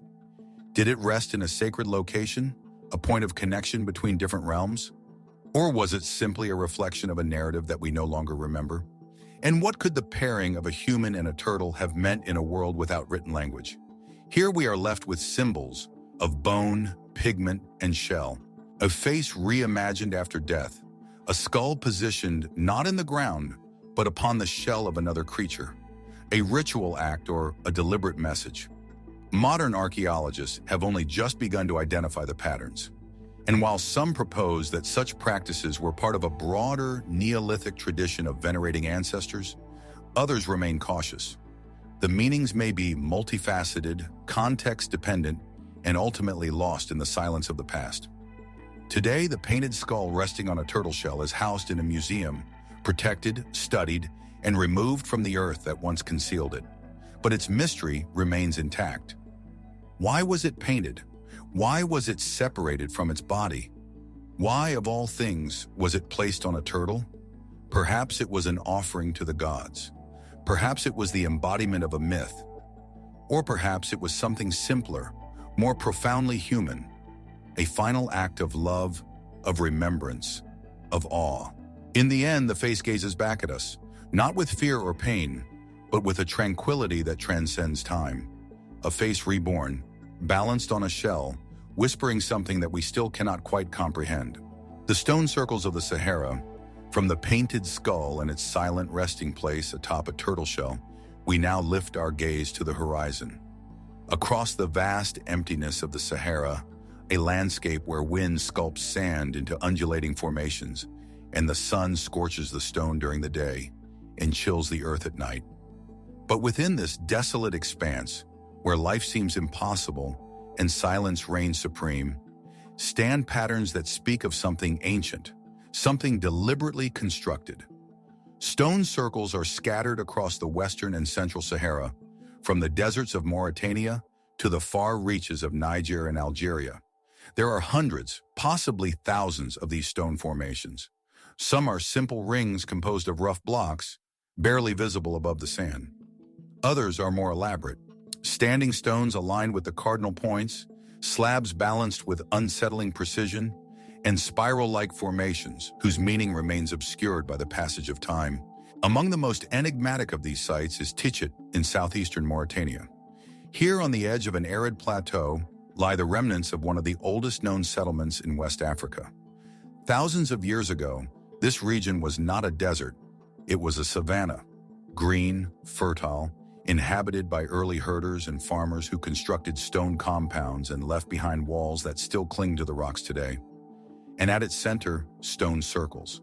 Conventional archaeology dates some of these structures to as early as 2000 BC, although some may be even older. They were likely built by the ancestors of the Soninka people, who were precursors to the later Ghana Empire. However, even this explanation leaves many questions unanswered. Why these circles? Why this specific shape? Were they dwellings, ceremonial enclosures, or something more symbolic? Some circles are surrounded by burial mounds. Others are found in clusters, connected by low stone walls suggesting communal activity, yet they appear to lack the tools and debris of daily life. There are no extensive middens, no hearths. In certain cases, the stones are too large and too meticulously arranged for simple domestic use. Researchers have proposed that they could have served as markers, calendrical tools for tracking the solstices or equinoxes, much like Stonehenge or Nabta Playa in southern Egypt. Others suggest they functioned as sacred spaces, shrines dedicated to forgotten deities, or places where the realms of the dead and the living intersected. But if this is the case, what rituals were performed here? And why are there so many circles scattered across such an inhospitable landscape? One of the most striking characteristics of these stone structures is their isolation. Many are located far from modern settlements, on elevated ground, or in areas with no apparent water source. Some are only accessible after days of travel across the dunes. And yet the stones remain undisturbed, unmoved, still standing as they have for millennia. Who transported these stones? Who selected these specific locations? And what knowledge guided their precise placement? In some instances, the stones appear to be magnetically aligned. In others, they seem to echo the constellations above, mirroring the stars as if mapping the celestial realm onto the terrestrial. Whether by design or coincidence, these patterns invite speculation. Did these ancient builders possess a form of astronomy encoded in stone? Were these monuments part of a larger spiritual worldview that has now been erased by the desert and the passage of time? The Sahara has not always been a barren wasteland. During the African humid period, this region was lush and green, dotted with lakes, rivers, and herds of game. It supported thriving communities, many of which vanished as the rainfall diminished and the sands advanced. Some may have migrated while others may have adapted, but the circles remained, rising like punctuation marks in a forgotten narrative. Their function, their creators, their timeline, all remain elusive. Few have been systematically excavated. Even fewer have been studied using modern techniques like LiDAR or deep ground scanning, and perhaps that is part of their mystique. Unlike the grand monuments of Egypt or Mesopotamia, the stone circles of the Sahara whisper rather than declare their presence. They do not dominate the landscape. They blend into it, becoming almost invisible within it. They were not constructed to impress, but perhaps to endure. They hint at a civilization that organized itself not through monumental displays of ego, but through rhythm, alignment, and quiet reverence. A people who recognize significance in repetition, in form, and in the language of the land. And yet, as the centuries passed, the climate changed. The green vegetation gave way to golden sand. The lakes dried up. The wind became more intense. And whatever stories the stones once conveyed were buried. Today they wait, silent, weathered, partially obscured by sand. What was the meaning of these circles? Were they homes for the living or thresholds for the dead? Did they mark the stars, the seasons, or something even more profound? A worldview, an unseen map, a memory. We may never fully know. But in a landscape stripped bare of noise, movement, and distraction, the stones continue to speak. Not in words, but through their presence, their placement, and their mystery. And as we gaze across the endless horizon of the Sahara, we are left with a single, quiet question. What ancient hands laid these stones? And what truth were they attempting to leave behind? The Roman dodecahedrons.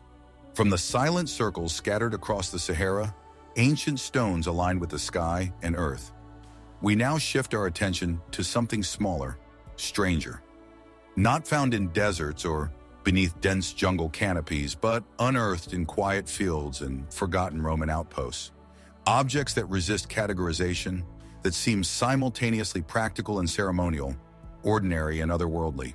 The Roman dodecahedrons, small, hollow objects crafted from bronze, featuring 12 pentagonal faces, each pierced by a circular hole, and knobs at each corner.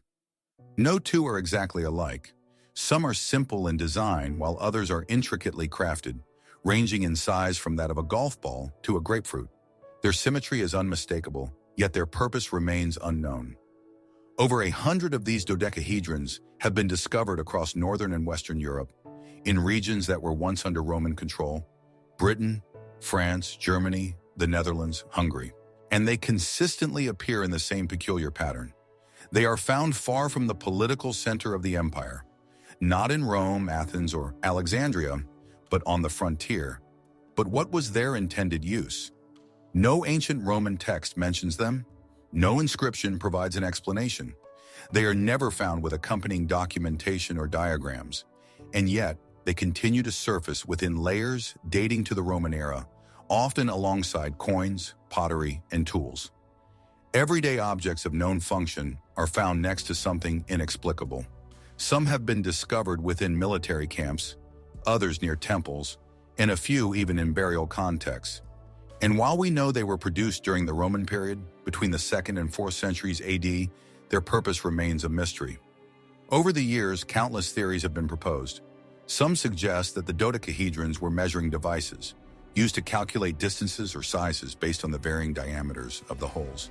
Others hypothesize that they were surveying tools, assisting Roman engineers in the construction of roads or aqueducts. However, the absence of wear, the irregularity of the hole sizes, and the lack of standardization diminish the credibility of these ideas. Could they have been astronomical instruments used to track celestial events or alignments? The pentagonal geometry and hollow structure have led some to speculate about their role in marking the equinoxes, solstices, or phases of the moon. But again, there is no concrete evidence to support this. More speculative suggestions are abundant. They have been proposed as candle holders, spools for knitting gloves, gaming dice, religious artifacts, or status symbols. Some even believe they were tools used in divination rituals, practices that we can no longer reconstruct. Objects passed between priests and individuals seeking guidance, with the holes symbolizing gateways to unseen realms. A theory that is gaining traction posits that the dodecahedrons may have been part of a localized religious practice, a cult that is unknown to us, possibly confined to the northern provinces of the Roman Empire. Their discovery in temples and graves suggests a symbolic use. The knobbed corners, perhaps, were not merely decorative, but held significance, serving as points of contact for fingers or markers for orientation. Their emptiness may have been intentional, a form designed to suggest the absence of form. And then there is the question of their disappearance. After the 4th century, no new dodecahedrons are found. The practice or the knowledge vanishes, as if a ritual was abandoned, a craft forgotten, a need that no longer existed. Why did this occur? Was it the spread of Christianity, replacing older traditions with new doctrines, a broader cultural shift, or something more subtle, a loss of local identity in the face of imperial change? In many ways, the dodecahedrons serve as a reminder of the fragility of knowledge. They illustrate how easily, even within a literate and extensive empire like Rome, a single artifact can defy explanation, survive the decline of empires, but lose the memory of its meaning. Modern reproductions have attempted to understand their function. Some enthusiasts have used replicas to project light through the holes, suggesting a potential role as optical devices. Others have used 3D printing to create models, threading yarn through them or placing candles inside, hoping that their function will become apparent through their form. But the truth remains elusive. We are left with an object that defies classification, too complex to be accidental, too consistent to be meaningless, and yet too mysterious to be understood. What kind of culture would craft such precise geometric forms and leave no record of their use? What kind of empire would forget not only how an object worked, but why it was created in the first place? Perhaps the Roman dodecahedron was not designed for a practical function, but for contemplation. Perhaps its mystery is its very purpose, a puzzle offered to time, a question posed across centuries. Because when we hold one in our hands, cold, hollow, and silent, we are reminded of something that ancient cultures understood well, that not all knowledge is conveyed through written text. Some is encoded in shape, in space, in silence. And so we wonder, was the dodecahedron a tool, a symbol, a prayer, or was it something else entirely? something that we have not yet learned to perceive. Its 12 faces reflect not only light, but also the limitations of our current understanding and what still awaits rediscovery in the shadows of the past. The Babylonian Eclipse Tablet.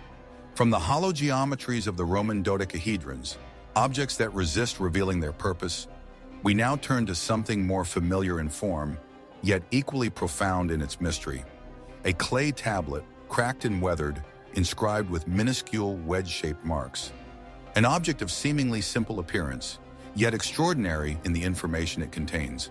It was unearthed in ancient Mesopotamia, where the grand cities of Babylon once thrived alongside the gently flowing waters of the Euphrates, a land characterized by ziggurats and libraries, by rulers and scribes, a place where the celestial realm was not merely observed, but meticulously measured, mapped, and integrated into the very fabric of daily existence.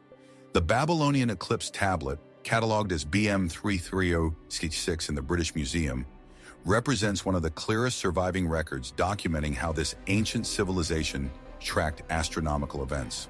It contains a list of both solar and lunar eclipses recorded with astonishing accuracy.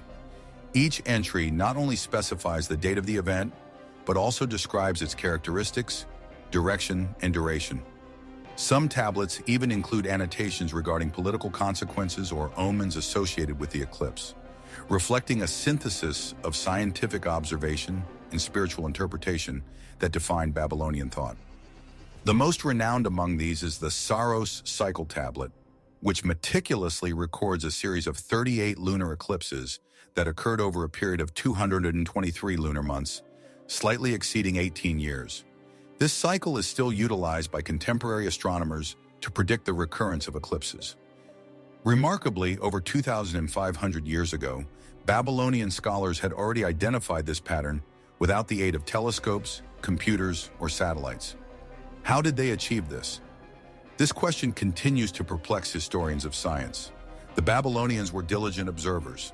They maintained records of celestial events spanning generations, each entry meticulously inscribed in cuneiform, often by temple scribes who were trained in both astrology and mathematics.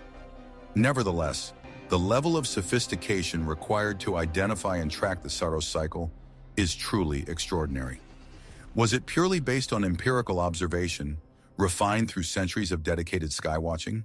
Or did they possess a conceptual model of the cosmos that was more advanced than we currently acknowledge? Some scholars propose that they employed a form of proto-trigonometry, utilizing geometrical calculations inferred from planetary movements to predict when eclipses would occur. Others suggest that this knowledge may have been inherited from even earlier cultures, subsequently codified and expanded upon in the renowned scribal schools of Babylon. And yet, beyond the technical brilliance, there lies a deeper significance. To the Babylonians, an eclipse was never merely a physical phenomenon. It was regarded as a sign, a message, a warning. Lunar eclipses were often interpreted as omens portending events concerning the ruler. Solar eclipses were viewed as portents of upheaval, disease, or warfare. The sky was not simply a backdrop, it was an active participant in the affairs of humanity. In one tablet, an eclipse is followed by a record of famine. In another, a king dies. While these connections may be coincidental, the belief in their significance was deeply ingrained. The heavens and the earth were believed to move in harmony, and to disregard the signs was to invite disaster. This is where the mystery intensifies. While numerous ancient cultures observed the celestial bodies, the Egyptians with their star clocks, the Mayans with their calendars, it is in Babylon that we observe the first clear synthesis of astronomy and prediction, a form of scientific inquiry not rooted in physical exploration, but in the recognition of patterns and rhythms, in the assignment of meaning. And one cannot help but ponder, was it merely pattern recognition, or was there something more profound at play? Some researchers have noted that Babylonian astronomical texts occasionally describe the behavior of the moon with remarkable abstraction, referring not only to its visible motion, but also to its ideal motion. They envision the moon's trajectory not simply as it appeared, but as it should appear in a perfect theoretical model. This suggests a cognitive leap beyond mere observation, a transition into conceptual, even theoretical thinking. Is it possible that the Babylonians possessed not only knowledge of cycles and charts, but also early algorithms? Was their eclipse science more than just a descriptive record? Was it a form of encoded celestial mathematics? Contemporary studies of tablets like BM 3366 indicate that this is indeed the case. The tablet does not merely list past events, it predicts them. It employs modular arithmetic, positional notation, and sophisticated methods of timekeeping. Some texts even reveal corrections made by later scribes, indicating an ongoing process of refinement in a living body of knowledge. And yet, despite this remarkable intellectual achievement, the full extent of their system remains unclear.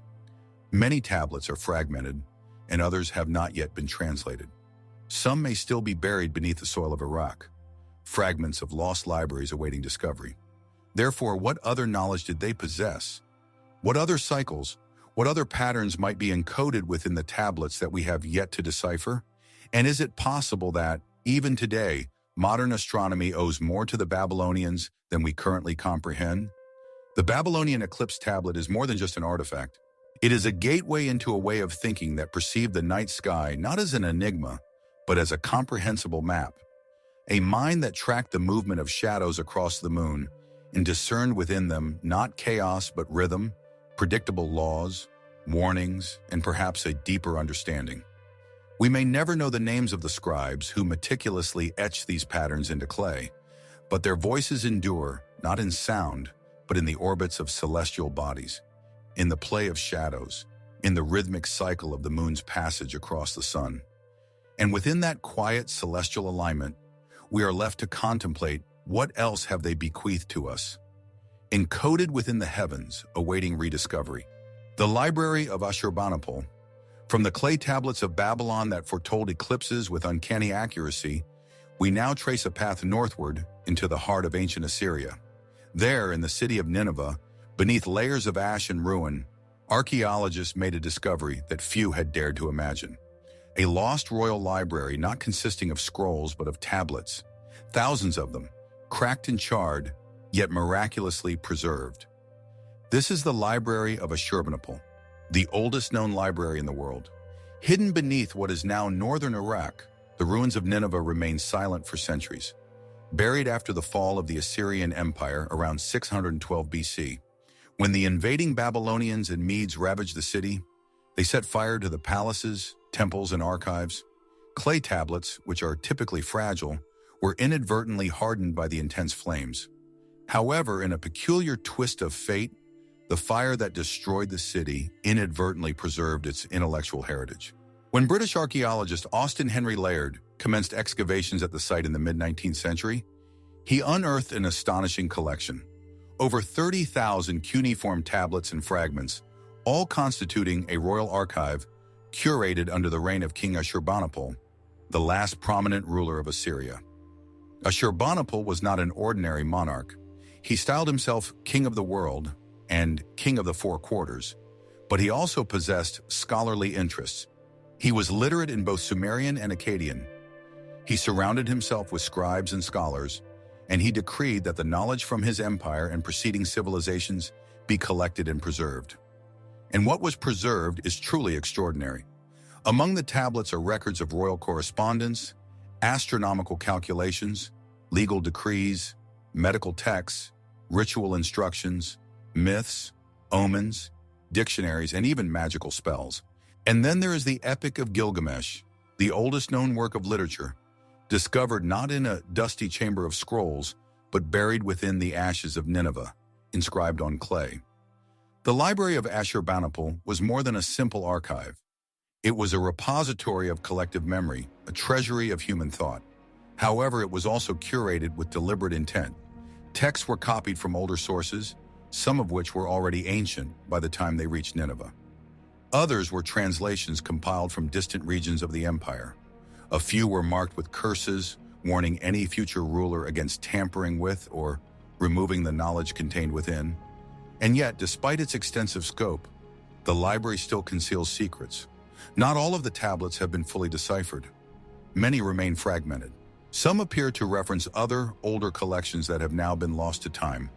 hinting at the existence of libraries within libraries, networks of knowledge that once extended across Mesopotamia.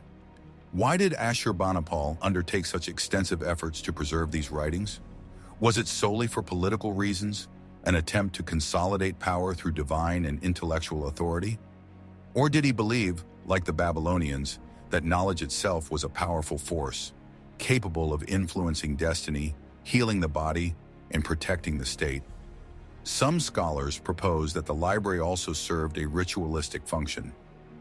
Omens, incantations, and dream interpretations were housed alongside administrative texts. It was possible to consult the stars and the gods within the same physical space.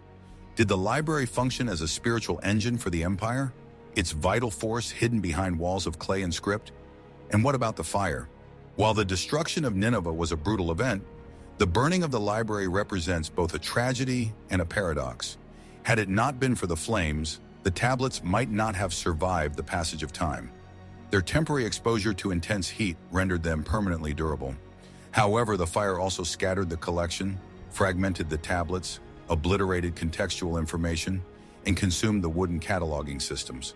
Today, much of the library exists as a puzzle of fragmented pieces. Can the complete library ever be reconstructed? Ongoing efforts by the British Museum and other institutions have successfully reassembled numerous texts, but thousands remain only partially translated. Some tablets suggest the existence of scientific and philosophical knowledge that has been lost to modern understanding, including texts on metallurgy, alchemy, and cosmology. Were these remnants of earlier, more profound knowledge, or simply the intellectual endeavors of a distant empire distorted by the passage of time? Even more intriguing are the gaps, missing volumes, incomplete records, references to texts that no longer exist. Some believe that entire sections of the library have yet to be discovered, still buried beneath the ruins. Others suggest the possibility that duplicate collections were stored elsewhere, perhaps in Nippur or even Babylon, awaiting future discovery. Could there still be tablets concealed within the earth, untouched since the era of Ashurbanipal? And if so, what revelations might they contain? As we reflect upon this ancient library, we are reminded of the fragility of knowledge, of how easily it can be lost, not only through destructive events like fire or conquest, but also through simple neglect. And yet, something about the library of Ashurbanipal endured through war, ruin, looting, and sandstorms. The tablets survived. They communicate in silence now, from museum shelves and digital scans. Their wedge-shaped marks persist, stubborn, delicate echoes of voices that have long since passed away. But the mystery endures. Was the library merely a record of what was known, or was it a repository for what was feared would be forgotten? What truths were compiled by the literate king, and how many still lie buried beneath dust, beneath stone, awaiting the right hands to lift them back into the light? The masked statues of Ain Ghazal, from the blackened tablets of Ashurbanipal's library, inscribed with the wisdom of fallen empires, we step even further back in time, beyond the age of writing, beyond the earliest cities, into a world characterized by stone, earth, and ritual. A time when memory was preserved not through written words but through faces. Buried beneath the dry hills just outside the modern city of Amman, Jordan, lies the Neolithic site of Ain Ghazal, a settlement over 9,000 years old. Long before the construction of the pyramids, long before the emergence of Sumerian civilization, people resided here in homes constructed from mud brick, cultivating crops, raising animals, and intentionally shaping the landscape. However, what they left behind beneath the floors of their dwellings has perplexed and captivated archaeologists since their initial discovery in the 1980s. Dozens of human figures, some depicted standing, others kneeling, were crafted from lime plaster and reeds. Their surfaces are smooth and pale, and their eyes are wide and black, made from bitumen, nearly life-size statues interred in pits, sealed beneath layers of soil. And what is most striking about them are their faces. They wear masks, flat, expressionless, almost alien in their simplicity. The facial features are stylized: thin lips, narrow noses, oversized eyes, and blank stares. Some statues are depicted with two heads, others appear androgynous, and all of them emanate the same serene, inscrutable presence, as if intended to represent not specific individuals, but rather archetypes, ancestors, or something else entirely. Who were these figures? Were they deities, gods sculpted by the hands of early humans out of reverence or fear? Were they representations of the deceased, their likenesses preserved long after their physical bodies had perished? Or were they masks symbolizing not just a physical covering for the face, but also the very essence of identity, barriers between this world and another? Mainstream archaeological interpretations suggest that the statues may have been part of an ancestor cult, created for ritualistic purposes and subsequently deliberately buried after their use. Similar traditions have been observed throughout the ancient Near East, where the skulls of the deceased were sometimes plastered and painted, preserved in shrines or beneath homes. However, the statues found at Ain Ghazal extend far beyond mere decoration. They represent complete bodies, meticulously sculpted with considerable effort, care, and deliberate purpose, and they were evidently not intended to be displayed for extended periods. Each statue was constructed from a fragile material, a mixture of lime plaster applied over a core of bundled reeds. Once completed, they were not exhibited in public spaces. Instead, they were buried, concealed within specially excavated pits, often in groups. Some sets include figures representing children, adults, and ambiguous forms positioned side by side, suggesting a narrative that we no longer comprehend. Why create such lifelike representations only to immediately enter them? Were they integral to a sacred ritual, a cycle of birth, death, and regeneration? Or did they symbolize something even more abstract, spirits, archetypes, or mythical ancestors whose presence was to be invoked and then returned to the earth? No written language from this period has survived to provide interpretative guidance. No myths, no legends, only the statues themselves and the deliberate manner of their burial. Some scholars have noted that the figures lack genitalia, suggesting a blurring of gender and individual identity. Others interpret the dual-headed statues as symbolizing a form of dualism, perhaps representing concepts like life and death, light and dark, or body and spirit. The faces, particularly the masks, remain the most haunting detail. They do not convey happiness or sadness. They do not seem to express emotions in a way that is familiar to us. And yet, they appear watchful, patient. They seem to be waiting. Are these the earliest portraits in human history? Or are they not portraits at all, but rather vessels? Could the masks symbolize a transformation, a transition between the human and the divine, between individual personhood and something beyond? The inhabitants of Ain Ghazal lived during a pivotal period in human development, when nomadic lifestyles were giving way to permanent settlements, when agriculture was reshaping the landscape, and when spiritual beliefs began to manifest in more complex symbolic forms. In such a context, these statues may have represented an early attempt to understand the essence of being human, to embody the intangible, to give form to that which is invisible. However, we can only speculate. The site itself continues to yield new discoveries. Beneath homes and communal areas, more statues and figurines have been found, each intentionally buried. Some suggest that there may have been a designated area for sculpting, a kind of sacred workshop where clay and reeds were imbued with meaning. And yet, like many Neolithic sites, a significant portion of Ain Ghazal has already been lost. Urban expansion has encroached upon large areas of the ancient settlement. What remains is fragile, meticulously preserved in museums and beneath protective excavation shelters. And the deeper meanings behind the statues, the rituals, the narratives, the beliefs, remain elusive. Nevertheless, they communicate not through language, but through form.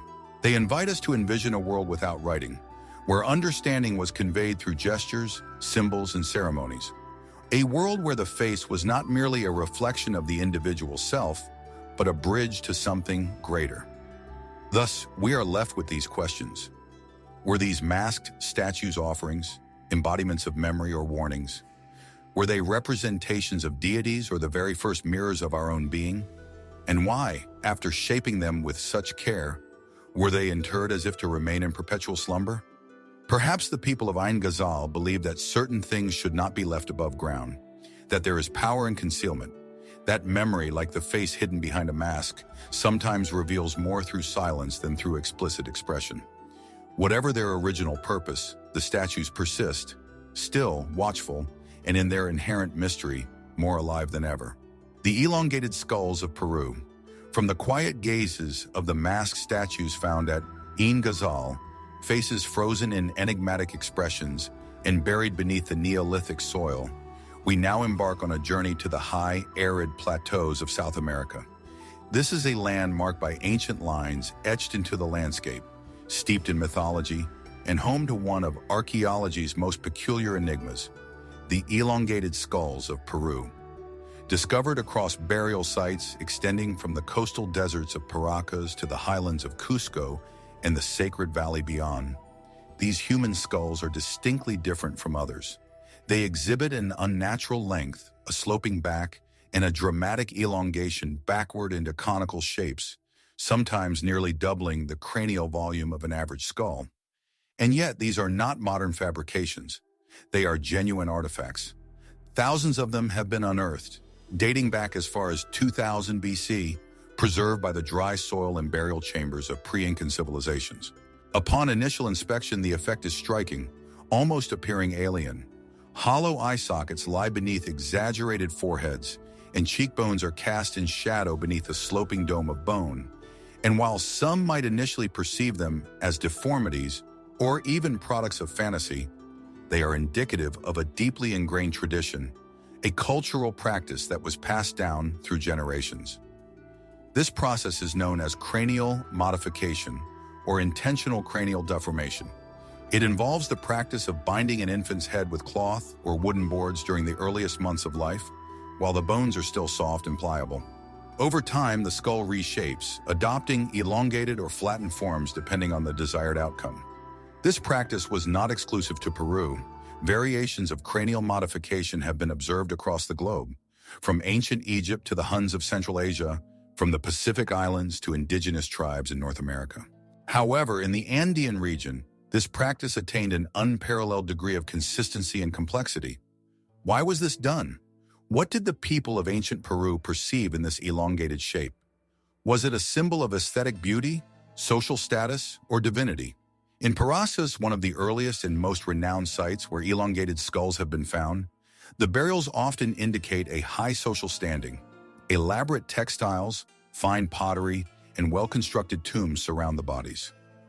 This suggests that the practice may have denoted elite status, possibly including roles such as priesthood or royalty. In some cases, entire family lineages appear to have continued this tradition, their children's physical forms shaped not only by genetics but also by deliberate design. Yet the story does not end with cultural custom. Some of the skulls from Paracas exhibit anomalies that have fueled deeper scientific curiosity.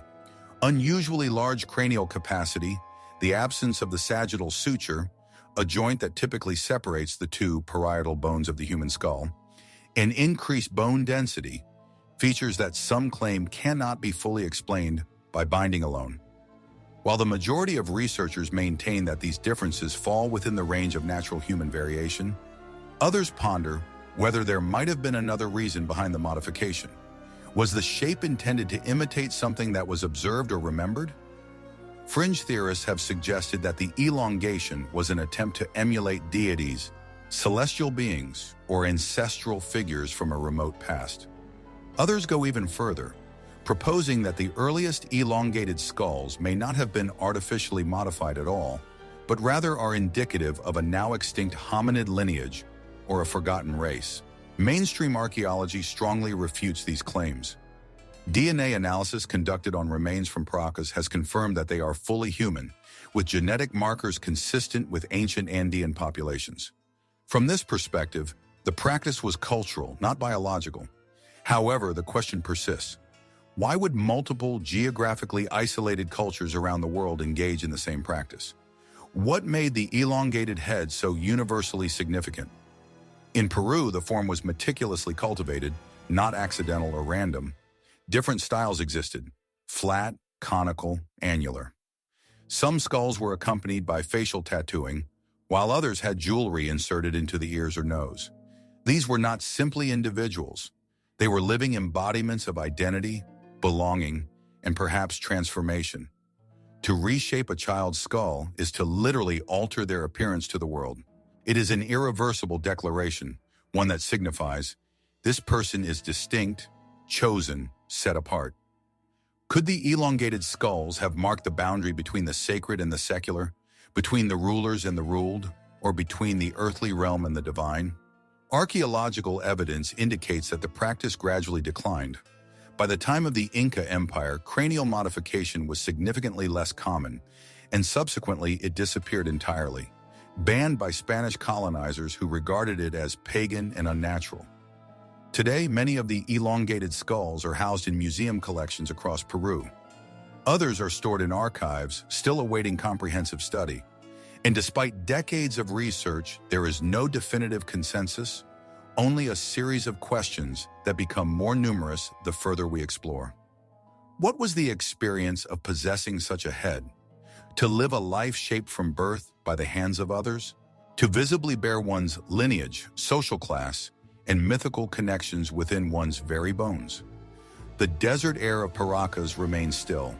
The stone tombs maintain their silence, but the skulls endure, and they pose a quiet, persistent question to us. Not simply about the technical process by which this was achieved, but about the underlying motivation.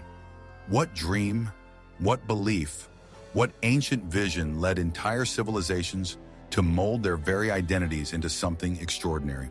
And what aspect of that vision have we lost? Borneo's ancient handprints. From the high deserts of Peru, where elongated skulls whisper of identity and ancient ritual, we now travel deep into a world far older. A place where stone is not carved into monuments, but painted with memory, where the jungle breathes with the rhythm of a forgotten past, and silence holds its own stories. This is Borneo. In the limestone caves of the Indonesian portion of the island, sheltered by dense forests and thick mist, lies a prehistoric gallery unlike any other. Known as the Lubang Jeriji Saleh Cave, it contains some of the oldest known hand stencils ever discovered. Ghostly outlines left by human beings more than 40,000 years ago. The image is deceptively simple. A hand pressed flat against the cave wall, red pigment blown around it, leaving behind a negative imprint. Delicate, unmistakable, human. But this is no modern graffiti. Radiocarbon dating of the mineral deposits layered atop the pigment places the handprint to at least 39,900 BC, possibly older. That makes it among the oldest known artworks on Earth. Older than the cave paintings of Lascaux in France, older than the famous hand stencils in Spain's El Castillo cave.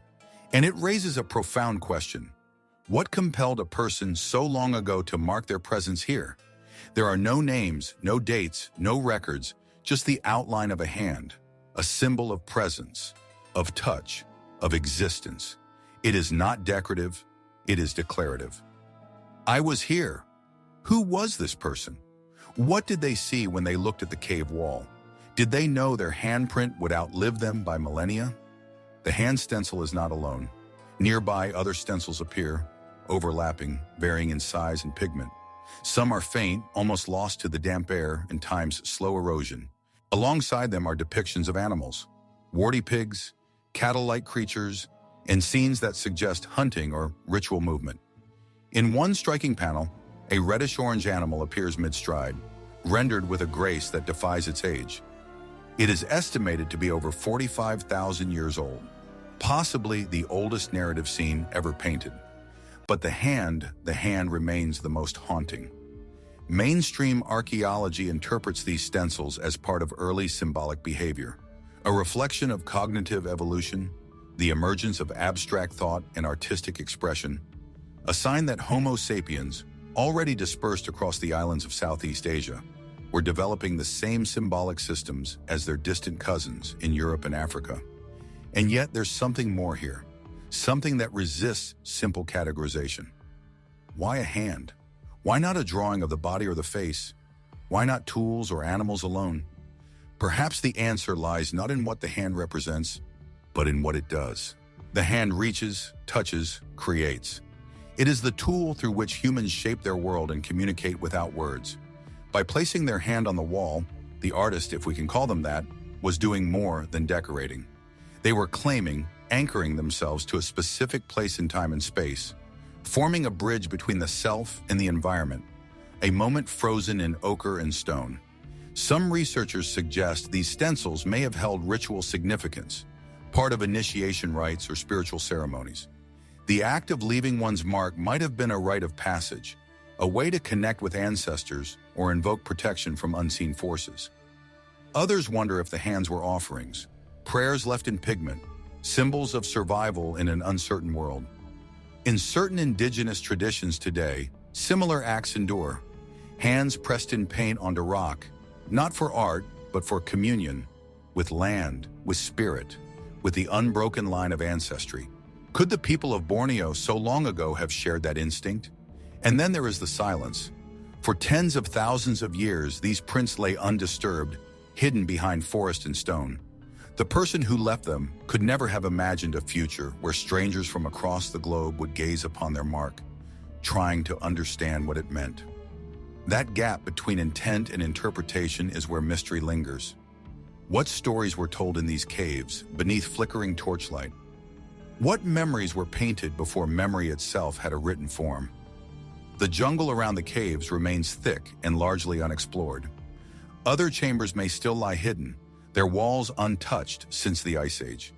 If there are more prints, more scenes, what might they show? A birth, a hunt, a death, a vision. What if these images are not just signs of art, but signs of something deeper? A worldview, a cosmology, a language not of words but of forms. We often look at these markings and see the past. But what if they were looking forward, through pigment and stone, to us? The handprint in Borneo is not a relic. It is a presence, one that asks no question and yet inspires many. Who left it? Why here? And what did they hope would remain? In a world that changes endlessly, this quiet gesture, this ancient silhouette of a hand, endures. And perhaps in that endurance, it tells us something we've forgotten, that long before history, before cities and kings and writing, someone paused, pressed their hand to stone, and chose to be remembered. The Roman surgeon's toolkit. From a handprint on a cave wall in Borneo, one of the earliest expressions of human presence, we now shift forward in time and across continents to the tiled floors and stone walls of a Roman outpost on the Adriatic coast. A place where art, science, and empire converged, and where, in a quiet corner of a ruined house, something remarkable was left behind: a surgeon's toolkit. It was discovered in the House of the Surgeon, an excavated structure in the ancient Roman city of Rimini, Italy. Buried beneath layers of debris and ash, this small room once belonged to a man of uncommon skill. Inside, archaeologists unearthed over 150 delicate instruments, some of them eerily similar to tools found in modern hospitals. Bronze scalpels with replaceable blades, bone levers, forceps, catheters, needles, probes, hooks, a speculum, even a small cupping vessel for drawing blood or extracting toxins. Every item was precisely crafted, carefully designed, tools not of war, but of healing, and they raise a simple yet profound question. How advanced was Roman medicine really? For centuries, the image of Roman healthcare has been shaped by battlefield surgery, crude herbal remedies, and bleeding rituals. But the discovery of this toolkit suggests something far more refined, more clinical, more methodical. A world where anatomy was studied, procedures were standardized, and healing was an art guided by observation. The instruments themselves are intricate. Some are hinged, others notched or ridged for grip. The scalpels in particular show signs of interchangeable parts, evidence of modular design. These are not the improvisations of a desperate healer, but the tools of a trained professional, confident in his work. Who was he? We don't know his name. No inscription identifies him. But the location of the house, near the center of town, adjacent to a forum, suggests status. He was not a traveling medic or a battlefield attendant. He was a physician with a practice, perhaps with clients from the elite. His toolkit was his livelihood. And when disaster struck, perhaps fire, flood, or sudden evacuation, he left it behind. Or did he? Was the kit hidden intentionally, buried for safekeeping, or simply forgotten, sealed away by time. What we do know is that Roman medicine drew from a wide body of knowledge: Greek, Egyptian, and earlier Mesopotamian traditions. Figures like Galen and Hippocrates left treatises on the humors, on surgery, on diet and disease.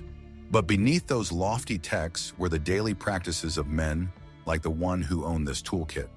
Quiet surgeons whose work never made it into history books, but whose tools now speak for them.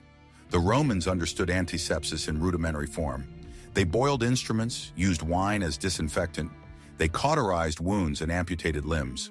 Some procedures, like cataract surgery or trepanation, were performed with surprising precision. Patients were given herbal sedatives or opium-based mixtures to dull pain. Bones were set, bladders drained, tumors excised, and all of it with tools like these. But what's most fascinating is how little some of these instruments have changed. A Roman bone lever laid beside a modern one is nearly identical. The same with surgical hooks and clamps. The understanding of anatomy, though primitive by today's standards, was practical enough to guide delicate operations. So where did this knowledge come from? Some say it was trial and error, centuries of accumulated experience passed from mentor to apprentice. Others argue that a deeper, perhaps lost tradition of anatomical study once flourished, only to be suppressed or forgotten with the fall of the empire. And still others wonder, could Roman medicine have been more advanced than we assume? Could there have been procedures or insights lost to time, hidden in texts that didn't survive, or buried with doctors whose stories were never written? Fragments of ancient medical manuals hint at specialized knowledge: wound classifications, surgical case studies, descriptions of internal organs with surprising accuracy. The remains of hospitals on valetudinaria within military forts suggest organized healthcare systems. Inscriptions and epitaphs speak of doctors skilled in opening the body and relieving suffering. Yet so much remains uncertain. Did these surgeons operate with genuine understanding, or were they guided more by experience than theory? Were these tools used to save lives, or merely prolong them under pain? And what of the surgeon himself? Was he celebrated, feared, revered? In ancient Rome, medicine held a strange position: respected, but not always trusted. Physicians were sometimes slaves, sometimes elites. Their success could earn them praise or suspicion. In the house of the surgeon, all that remains is the quiet order of the tools, lined and boxed, waiting. Perhaps he left in haste, meaning to return. Perhaps he died and no one knew what he had left behind. Or perhaps he had already passed into myth, his name fading while his instruments endured. Today, these objects rest in museums, cleaned, cataloged, displayed under glass, but they still carry the weight of human contact, of touch, of blood, of healing. They remind us that the body was always a mystery, even to those who dared to open it. And they invite us to ask, what did Roman doctors know that we've forgotten? What cures? What ideas? What knowledge was buried with them? And in the silence of their tools, silent, sharp, and strangely familiar, what stories still wait to be uncovered? Pompeii's ancient pizza. From the cold precision of the Roman surgeon's instruments, silent witnesses to the inner workings of life and death, we move just a few hundred kilometers south. And yet it feels like a world apart, to a city once vibrant with sound and color, frozen in time by catastrophe, where daily life, ordinary and extraordinary, was captured in an instant beneath layers of ash. This is Pompeii, a city stopped mid-breath in 79 AD, when the eruption of Mount Vesuvius smothered its streets, its people, and its secrets beneath a pyroclastic shroud. But what survived was not just architecture or skeletons. It was glimpses, startlingly vivid, of Roman life as it was lived. And among the frescoes and mosaics uncovered over the years, one image has recently stirred quiet curiosity. A painting, small, precise, and at its center, something familiar. A round flat bread, golden and garnished, resting on a silver tray. Around it, fruits, a pomegranate, a glass of wine. The composition is balanced, almost photographic, a still life rendered with exquisite care. And what immediately caught the attention of modern eyes was this: it looks like a pizza.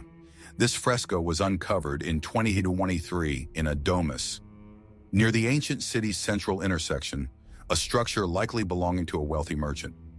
The wall on which it was painted was part of a food-serving area, perhaps once a dining room or reception space. And while Romans did not have tomatoes or mozzarella or ovens that baked the way ours do, the image resonates. A circle of bread, garnished, served as a centerpiece. But is it pizza? The answer depends on what we mean by that word. The ancient Romans certainly consumed flatbreads, round loaves baked on stones, often topped with herbs, oil, and sometimes cheese or preserved vegetables. In the satirical poetry of Horace, we find references to libum and placenta, baked doughs used in both religious offerings and casual meals. In the streets of Pompeii, fast food stalls known as thermopolia sold warm breads with various accompaniments, including olives, onions, and fermented fish sauces. So, while this fresco predates the invention of the modern Neapolitan pizza by nearly 800 years, it's not wrong to see a distant culinary ancestor here. But why paint it? Still life imagery, what the Romans called xenia, or hospitality scenes, was a common theme in domestic decoration. These paintings often showed bountiful trays of food, wine, and offerings, signaling abundance and generosity. But they were also symbolic, evoking themes of mortality, transience, and the pleasures of the senses. To eat was to live, to host was to be human, to serve a meal was to offer something of oneself. Could this painting then have been more than decoration? A coded message about generosity? Or perhaps an emblem of status, declaring the householder's access to fine ingredients, silverware, imported wine? Or could it have been something simpler, still, an attempt to preserve the beauty of a moment, to honor the mundane? In many ways, that is what Pompeii gives us. Not just stories of emperors and armies, but of bakers and diners, of children and kitchens, of bread on a plate. And yet, as with all things Pompeian, there is always more beneath the surface. Why was this particular food item chosen for depiction? Its simplicity is striking. It lacks the extravagance of some other xenia frescoes. No roast meats, no overflowing platters. Just a circle of bread, humble but central. Was it a regional specialty? A family favorite? A dish passed down through generations? Could it have held ceremonial significance, perhaps tied to household rituals, ancestral offerings, or seasonal feasts? Or is its power precisely in its ordinariness? A reminder that what matters most often lies in the everyday? That something as simple as bread, painted with care and preserved by disaster, can speak across millennia? And what of the unknown artist whose hand applied pigment to plaster 2,000 years ago? What did they see when they painted it? A meal? A symbol? A message? Or did they simply seek to honor the world they lived in, one plate at a time? Today, the so-called Pompeii pizza painting sits under protective glass, admired by scholars and tourists alike. It has become a point of fascination, bridging the ancient and the modern in a single quiet image, not through monuments or myths, but through food, the most human of languages. And yet the painting resists full translation. Like so much of Pompeii, it invites us in, then steps back, leaving space for wonder. Was this the world's first pizza? Or was it something more elusive? An echo of a moment lost in ash, found again in fragments. Perhaps the deeper truth is not in the meal itself, but in the hand that painted it, the wall that bore it, and the city that, even in destruction, refused to be forgotten. The Cave of the Painted Hands. From the quiet, still life preserved on a Pompeian wall, where a round loaf of bread becomes a symbol of hospitality and memory, we now travel far from the stone forms of Rome, far even from the cities of the ancient world, south across oceans and continents to the windswept plateaus of Patagonia, at the edge of the known world. Here, among barren cliffs and shifting light, is a cave unlike any other. Cueva de las Manos, the Cave of the Painted Hands. Tucked into a steep canyon along the Pinturas River in southern Argentina, this remote rock shelter hides a gallery that dates back over 9,000 years. The name says it all. Its walls are covered, layer upon layer, with human handprints. Hundreds of them, red, black, white, ochre, mostly left hands, mostly small, as though painted by young people or women, or perhaps by all. children, elders, generations. The first time you see it, it's unsettling. Not because it's grotesque or violent, but because it's personal.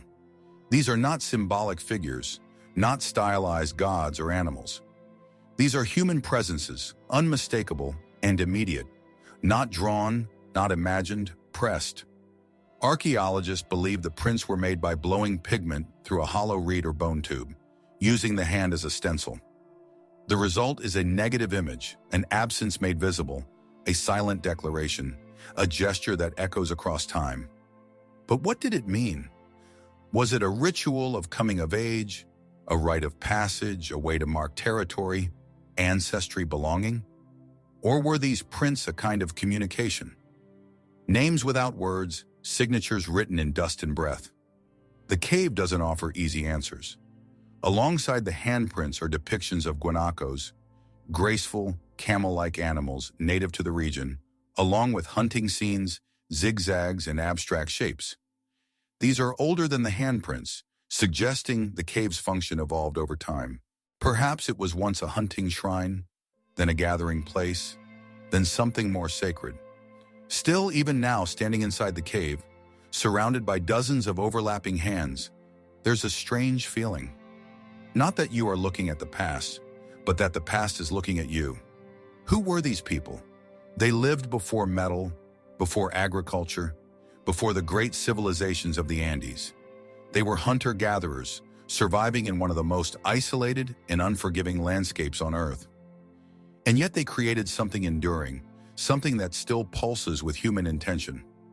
Archaeological studies have dated the earliest handprints to around 7,300 BC, with newer layers added over centuries. Some suggest the cave was used for over 3,000 years. That's longer than most civilizations last. Entire belief systems came and went. Yet here in this cave, the hands kept appearing. Why? What drew people back? Was it a sacred place, a site of memory, a cosmic threshold? The repetition of the image, the hand, always the hand, suggests it meant more than mere decoration. It was a symbol, yes, but also a ritual, a performance of identity, of connection, and perhaps of longing. Many of the hands show signs of physical difference, missing fingers, bent joints. Some interpret this as injury, others as gesture, a code, a language. Were certain finger positions meant to signal clan, rank, or story?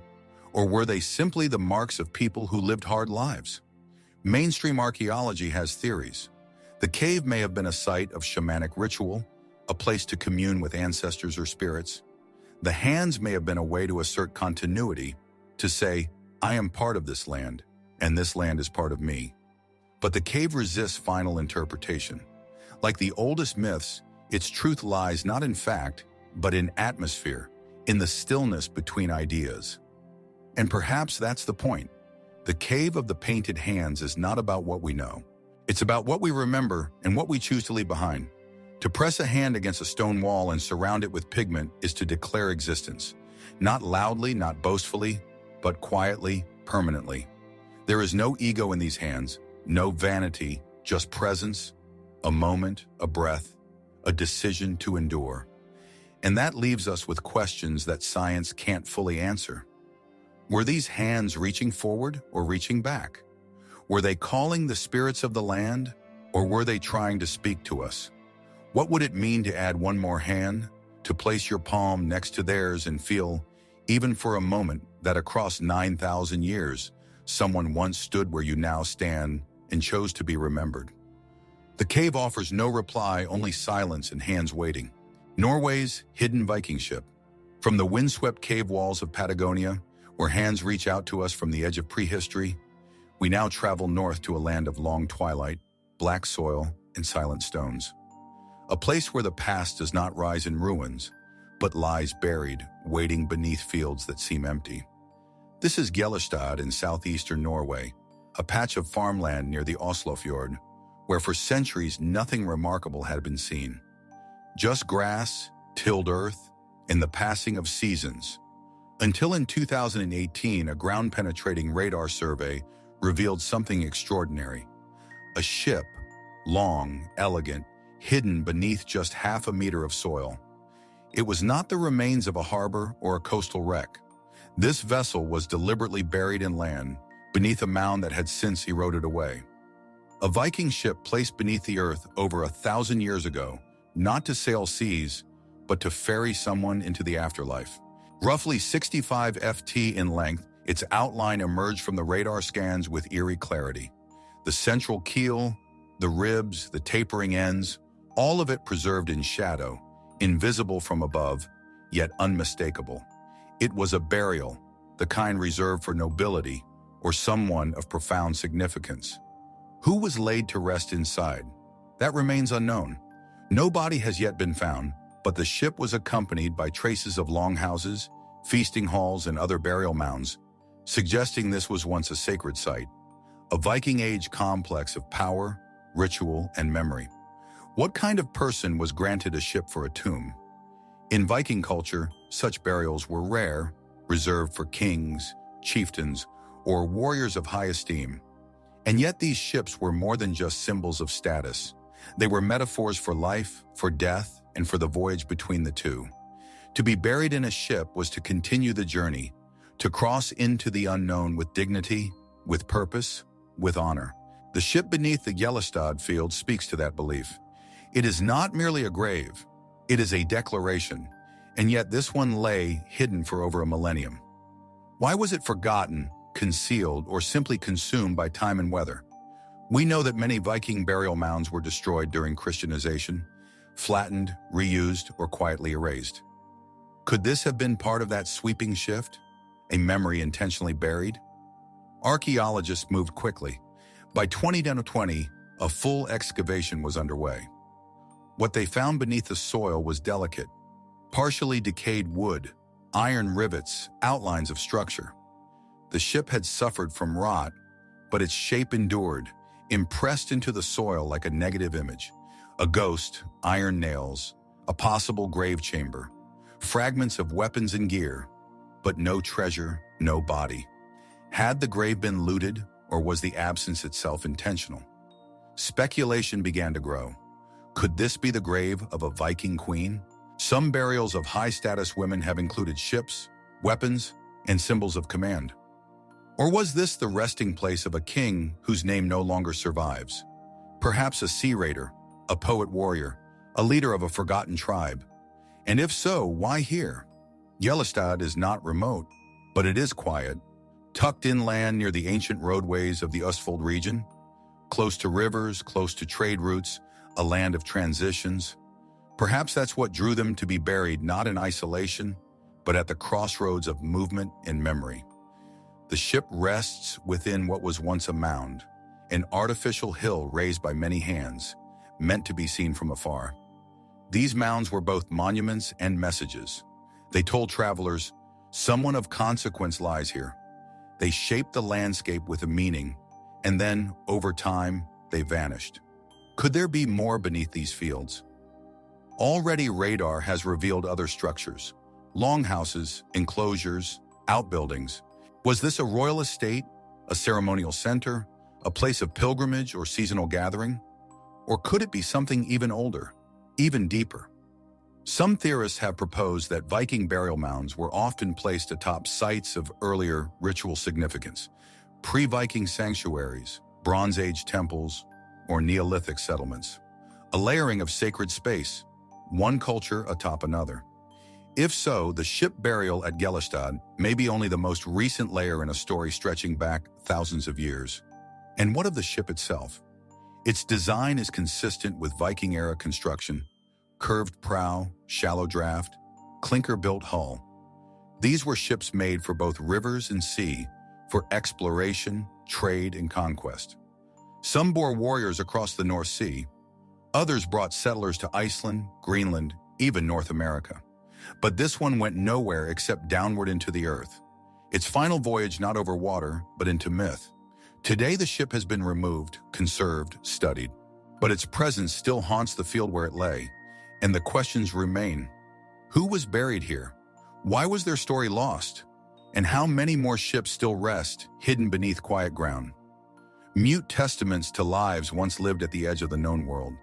The field is still, the sky is wide, and beneath the soil, history waits. Not lost, but sleeping, waiting for the right hands, the right eyes to find it again. The Singing Pyramid of Chichen Itza. From the green pastures of Norway, where a Viking ship once slumbered beneath the earth, we now move to the sun-soaked jungles of the Yucatan Peninsula. Here vines twist through limestone ruins, and beneath the dense canopy, the past rises not as a whisper, but as a song. This is Chichen Itza, one of the most celebrated and enigmatic cities of the ancient Maya. Its towering step pyramid, known as El Castillo, or the Temple of Kukulkan, stands at the heart of the complex, with 4 sides of 91 steps each, plus a single top platform.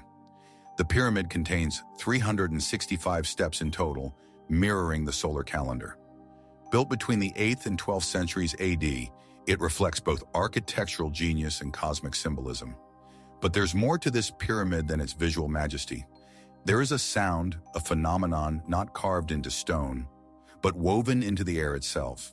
If you stand at the base of the staircase and clap your hands, a short, sharp sound, the echo that returns is unexpected. It does not mimic the original clap. Instead, it chirps, a descending tone, almost bird-like, ringing through the plaza like a hidden voice. Researchers and visitors alike have described the echo as resembling the call of the resplendent quetzal, a sacred bird in Mesoamerican mythology. Its feathers adorn royalty, its image symbolized the gods, and its song, rare, elusive, was believed to carry divine resonance. But how is it possible that stone steps, placed centuries ago without modern technology, can mimic a bird's call so precisely? Some argue it's intentional, that the Maya, masters of astronomy and mathematics, were also deeply attuned to acoustics. The design of El Castillo, with its steep staircases, broad landings, and narrow corridors, could act like a sound filter, modifying and shaping echoes in specific ways. But if true, that would mean the Maya weren't just building to the sky, they were composing for the air. Did they test acoustics as they built, adjusting the angles and spacing to achieve the perfect echo? Did priests use this effect during rituals, clapping or speaking? So the voice of Kukulkan would seem to answer from above. Or could the sound have had a practical function, announcing processions, signaling events, directing crowds? Some archaeologists remain cautious. They point out that echo patterns may be coincidental, the byproduct of geometry and material, that many ancient structures produce strange echoes, and only in retrospect are they assigned meaning. After all, limestone is a natural sound reflector, and steps, by nature, create wave interference. But then again, the Maya were not accidental builders. From the alignment of pyramids to solstices, to the precise orientation of ball courts to cardinal directions, their cities were designed with purpose. And in a culture where sound, vision, and myth were inseparable, the idea of architectural acoustics is not far-fetched, especially when one considers that Chichen Itza's acoustics don't stop with El Castillo. At the Great Ball Court, a whisper from one end can be heard clearly at the other, over 500 ft away. Shouted speech bounces off the curved walls and echoes multiple times. Could these sounds have amplified ritual speeches or created a heightened sensory experience for those in attendance? And if the ball court speaks and the pyramid sings, what else in Chichen Itza listens? Could other buildings, now ruined or overgrown, have contained their own acoustic signatures? Did priests, astronomers, and rulers understand the power of sound in ritual space? More intriguingly, did the people believe that the gods themselves spoke through echo? The Temple of Kukulkan was associated with descent, especially during the equinox, when sunlight casts a serpent-like shadow down the pyramid's northern balustrade. On these days, as the serpent of light slithers downward, the sound of the chirping quetzal might also have been summoned. Light and sound together, announcing the return of the god, a spectacle not just for the eyes but for the soul. Yet the mystery remains. How did the Maya discover this effect? Was it trial and error, a moment of inspiration, or part of a larger, now lost body of knowledge? One that fused architecture with music, religion with resonance? Some fringe theorists have suggested even more speculative ideas, that the pyramid was used in altered state rituals where sound played a role in spiritual transport. that the echo was perceived as a voice from the underworld or the sky, or that the temple encoded not just time and space, but vibration. Mainstream scholars remain grounded in evidence, but they agree on one thing. The chirping echo is real, measurable, reproducible, and profoundly strange.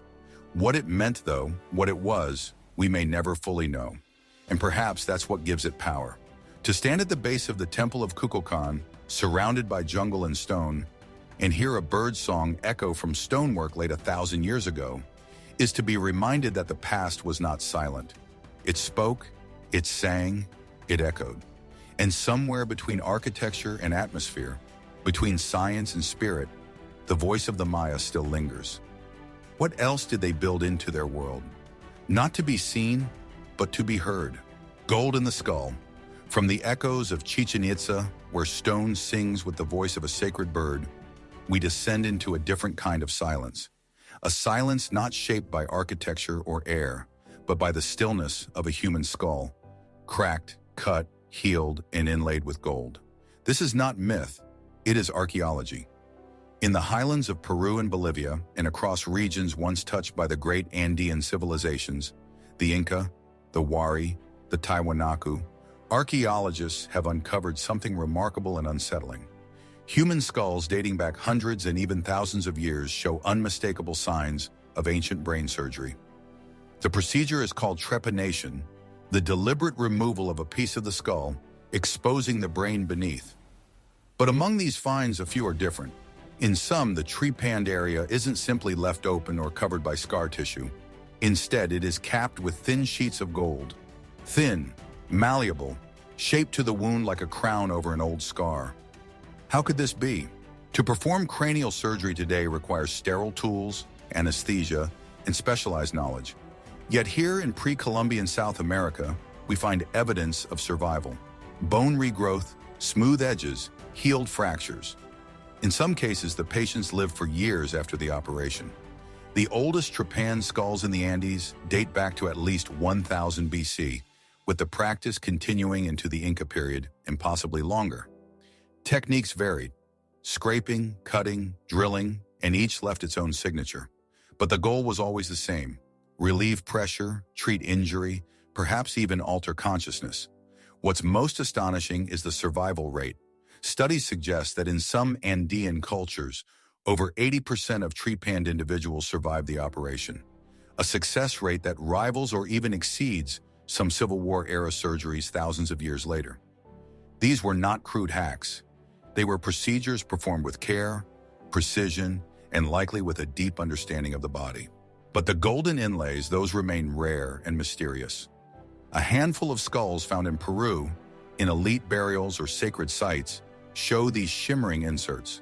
Not all are clearly medical, some may be symbolic. Others show signs of both injury and healing. The use of gold raises the stakes of interpretation. Was the gold functional, meant to protect the wound? Or was it symbolic, marking the healed as sacred, blessed, or transformed? And what kind of knowledge did this require? The Andean peoples valued gold not for its economic worth, but for its spiritual resonance. It was the sweat of the sun, a material tied to divine essence, light, power. To place it inside the body, especially within the head, was no small gesture. It suggests not only craftsmanship, but theology, a belief that gold could heal or connect. Could these patients have been shamans, warriors, prophets, or were they wounded leaders restored with gold to signify their rebirth? Protection in a medical sense? And yet its placement over a healing wound suggests more than decoration. Was it a seal against evil spirits, a marker for the gods, or something entirely outside our categories? There are no written records to explain the practice. The Inca left behind knotted cords, not scripts. Their predecessors left art, architecture, and legend, but not language as we know it. And so the gold rests mute, offering more questions than answers. Even without the gold, the scale of ancient brain surgery in the Andes is staggering. Thousands of skulls bear the marks. No single civilization, no isolated healer. This was widespread, institutionalized, taught, preserved. In one burial, archaeologists discovered tools beside the trepanned remains. obsidian blades, tweezers, cloth. Evidence not of improvisation, but of a medical kit, a profession, perhaps even a guild. And in this landscape of mountains, spirits, and ancestors, healing the head may have meant more than healing the body. It may have meant restoring the soul. We tend to imagine ancient surgery as brutal, desperate, painful. But what if it wasn't? What if these procedures were performed not in terror but in ritual? What if the operating space was a temple? The surgeon a priest? The patient willing? There are no definitive answers, only the quiet hum of gold beneath soil, the healed bone, the silent tools, and the growing awareness that those who came before us, long before antibiotics, long before scalpels, had found ways to reach into the most fragile part of the body and bring someone back. So we are left with questions. Who were these surgeons, unrecorded and unnamed? How did they learn to open the skull without killing? Why did they place gold where others placed nothing? And what knowledge have we lost between the temples of the Andes and the textbooks of today? In the end, the skull speaks not loudly, not clearly, but with the language of survival, of mystery, of hands that once opened a living head and left behind a mark of light. The tomb of the silver pharaoh. From the glint of ancient gold shaped to heal fractured skulls, we now descend into another burial. One far more intact, yet wrapped in an enigma just as profound. Not in the mountains of the Andes this time, but deep beneath the desert sands of Lower Egypt, in a place few expected to find untouched, in a tomb that, unlike its golden counterparts, shimmered with something colder, something rarer, the tomb of the silver pharaoh. It was 1939 and Egyptologist Pierre Montet was excavating at Tanis, once a capital city in the Nile Delta, buried beneath layers of mud and centuries of flooding. What he uncovered would stun the world. The only intact royal burial ever discovered in Egypt, even more complete than Tutankhamun's. But the name of this pharaoh is largely unknown. His name was Susenes III, a 21st dynasty ruler who reigned around 1047 to 1001 BC, in a time when Egypt's power was fractured, its influence dimming, and its monuments slowly being forgotten by time. And yet his tomb told another story. Stone sarcophagi stacked like nesting dolls, glimmering artifacts, beaded collars, ceremonial weapons, intricate funerary mass, all perfectly preserved. But it was the coffin itself that stood apart, crafted not of gold, like that of Tutankhamun, but of solid silver, a rarity in ancient Egypt where gold was far more common and silver had to be imported, often from the Near East or even further afield. To encase a body in silver was not just a sign of wealth, it was a message, a mystery. Why silver? The ancient Egyptians associated gold with the flesh of the gods, but silver, rarer and more elusive, was thought to represent the bones of the gods, particularly those of the moon deity. Was Susenes I aligning himself with lunar symbolism? Was his burial meant to evoke a different kind of eternity? And if so, what did he hope to become in death? Unlike the Valley of the Kings, where tombs were ransacked in antiquity, the necropolis of Tanis remained hidden under layers of mudbrick, debris, and Nile silt. It was protected not by guards or curses, but by obscurity. Forgotten by robbers, bypassed by looters, it sat undisturbed for nearly 3,000 years. Inside, Montet found dazzling objects: solid silver bracelets, lapis lazuli scarabs, canopic jars of alabaster, inlays of turquoise and faience, and at the heart of it all, Susenes III himself, wrapped in linen, his face covered with a haunting silver funerary mask, the eyes inlaid with obsidian and black stone, unblinking, eternal. But something about the tomb didn't add up. Susenes I ruled during a turbulent time. His dynasty held sway in the north, while rival high priests of Amun controlled the south. It was not an age of empire or grand monuments. It was an age of fragmentation, of diplomacy and quiet maneuvering. So how did a king from such a troubled period come to be buried with riches rivaling the most famous pharaohs? Was Susenes III more powerful than the records suggest? Or was this an elaborate attempt to project divine status in a time of national decline? Some scholars argue that Tanis was meant to mirror the glory of earlier capitals, its tombs copying the style of Thebes, its kings echoing the grandeur of past dynasties. Susanna I, they say, was trying to preserve continuity, to root himself in the legacy of kingship even as Egypt drifted into political shadow. But others see something stranger. Among the artifacts were several non-Egyptian influences. Levantine motifs, imported materials, techniques not native to the Nile. Was Susanus fostering hidden international alliances? Could his wealth have come not from Egypt, but from trade or tribute from afar?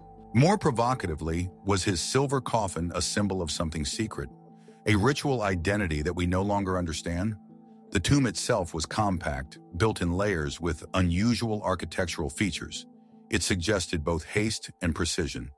There was no grand descending corridor like in the Valley of the Kings, no elaborate murals. Instead, it was a chamber of containment, tight, sealed, as if it wasn't just a burial, but a vessel designed to hold something in or keep something out. And what of Susan's eye himself? His body was well preserved, thanks in part to the arid conditions, but also to careful embalming. Teeth worn, bones aged, a man who lived long and ruled longer. His burial said he was a god. His mass said he was immortal. But his name never rose to the level of legend. Why? Why did history forget him, even while the earth preserved him? And what else lies beneath Tanis, still buried beneath mud and memory? Today, the treasures of the Silver Pharaoh reside mostly in museums. The tomb has been excavated, documented, studied, but the aura remains, not because of curses or myths, but because it is one of those rare places where the veil between mystery and clarity feels deliberately thin. Susanes. I was not the most famous, not the most feared, but he may have been the most carefully buried. And in the shimmer of silver, in the quiet breath of a sealed chamber, we are left with a final question. Did he succeed, not just in preserving his body, but in shaping how he would be remembered? Or was the silver merely a mirror, reflecting not just a king's power, but our own inability to ever truly see the full story of a life long gone? The oldest mark. From the cool gleam of a silver sarcophagus in the depths of a forgotten royal tomb, we now travel even deeper. Beyond empires, beyond kings, beyond recorded memory, to a time before cities, before writing, before the world was divided into history and myth. We arrive at the mouth of a cave in northern Spain, nestled in the rugged hills of Cantabria. Its name is El Castillo, the castle, but its walls hold something far older than any fortress. Inside, past the narrow passageways and silent chambers, a single mark waits in darkness. A red dot no larger than a palm, pressed against the stone more than 40,000 years ago. This is the oldest known painted symbol created by a human hand. A single circle of ochre pigment applied with intention, not the product of erosion or accident, but of choice. It predates the pyramids by tens of thousands of years. It predates the earliest alphabets. It may even predate the arrival of modern Homo sapiens in the region, raising the possibility that it was created by Neanderthals. Just a red dot. But what does it mean? The cave itself is a vast canvas of prehistoric art. Discovered in the early 20th century, El Castillo contains hand stencils, abstract signs, and animal figures drawn in charcoal and ochre. Horses, deer, bison, ghost-like forms that ripple across the stone, frozen in movement. But the dots, especially the oldest, stand apart. In 2012, researchers used uranium-thorium dating techniques on the calcite layers above the pigment. The results were astonishing. One red disc, possibly a simple fingertip impression, was dated to at least 40,800 BC. That makes it the oldest cave painting yet discovered in Europe and possibly the world. And yet, it says nothing. Or does it? What is a dot? It is a beginning, a point of origin, a mark that says, I was here. It may be the first sentence in the book of human expression, a deliberate gesture, silent but enduring. Why did someone in the depths of a cave, surrounded by darkness and silence, place this mark? Was it a message to others, a symbol of territory, a ritual act, or simply the human desire to reach out into the unknown and leave something behind? Some archaeologists suggest that the dots were part of a counting system or lunar calendar, Others believe they marked sacred spots within the cave, tied to rituals of hunting, fertility, or death. In some sites, similar markings align with natural rock formations or echo chambers, suggesting a connection between sound, space, and meaning. But the truth is, we don't know. We don't know the name of the person who painted it. We don't know what they believed or feared or hoped. We only know that they stood in this place, deep underground, and chose to make a mark, and that mark survived. If the painting truly predates modern humans in Europe, it may have been created by Neanderthals, a species once considered incapable of symbolic thought. But recent discoveries challenge that assumption. Neanderthals buried their dead, they made tools, they used pigments, and perhaps they painted. If so, the dot becomes even more profound. It would mean that art did not begin with us, that the urge to express, to leave a sign, runs deeper than language or civilization. It is not merely cultural, it is biological, innate, a flame carried across species, across time. And what of the red pigment? Ochre, an iron-rich mineral, was among the first materials used by prehistoric artists. It was ground, mixed with water or fat, and applied with fingers, reeds, or hollowed bones. Its color resembles blood, fire, clay. In many ancient cultures, red was linked to life, to birth, to power. To paint in red was not just to decorate, but to declare. So was this dot a symbol of life, a gesture of defiance, a prayer? Or was it all of these and something more? Some researchers suggest the act of descending into the cave was itself a ritual. These places were not shelters. They were chosen, hidden, sacred. To enter was to cross a threshold between light and dark, surface and depth, living and spirit. And in that space, a mark was made, perhaps not to be seen, but to be remembered. And yet here we are, tens of thousands of years later, still looking, still wondering what that dot meant, what it meant to be human at the very beginning of time. Was it the first step in a journey that would lead to kings and temples, to silver coffins and stone pyramids, to alphabets and satellites? Or was it something we've forgotten how to understand?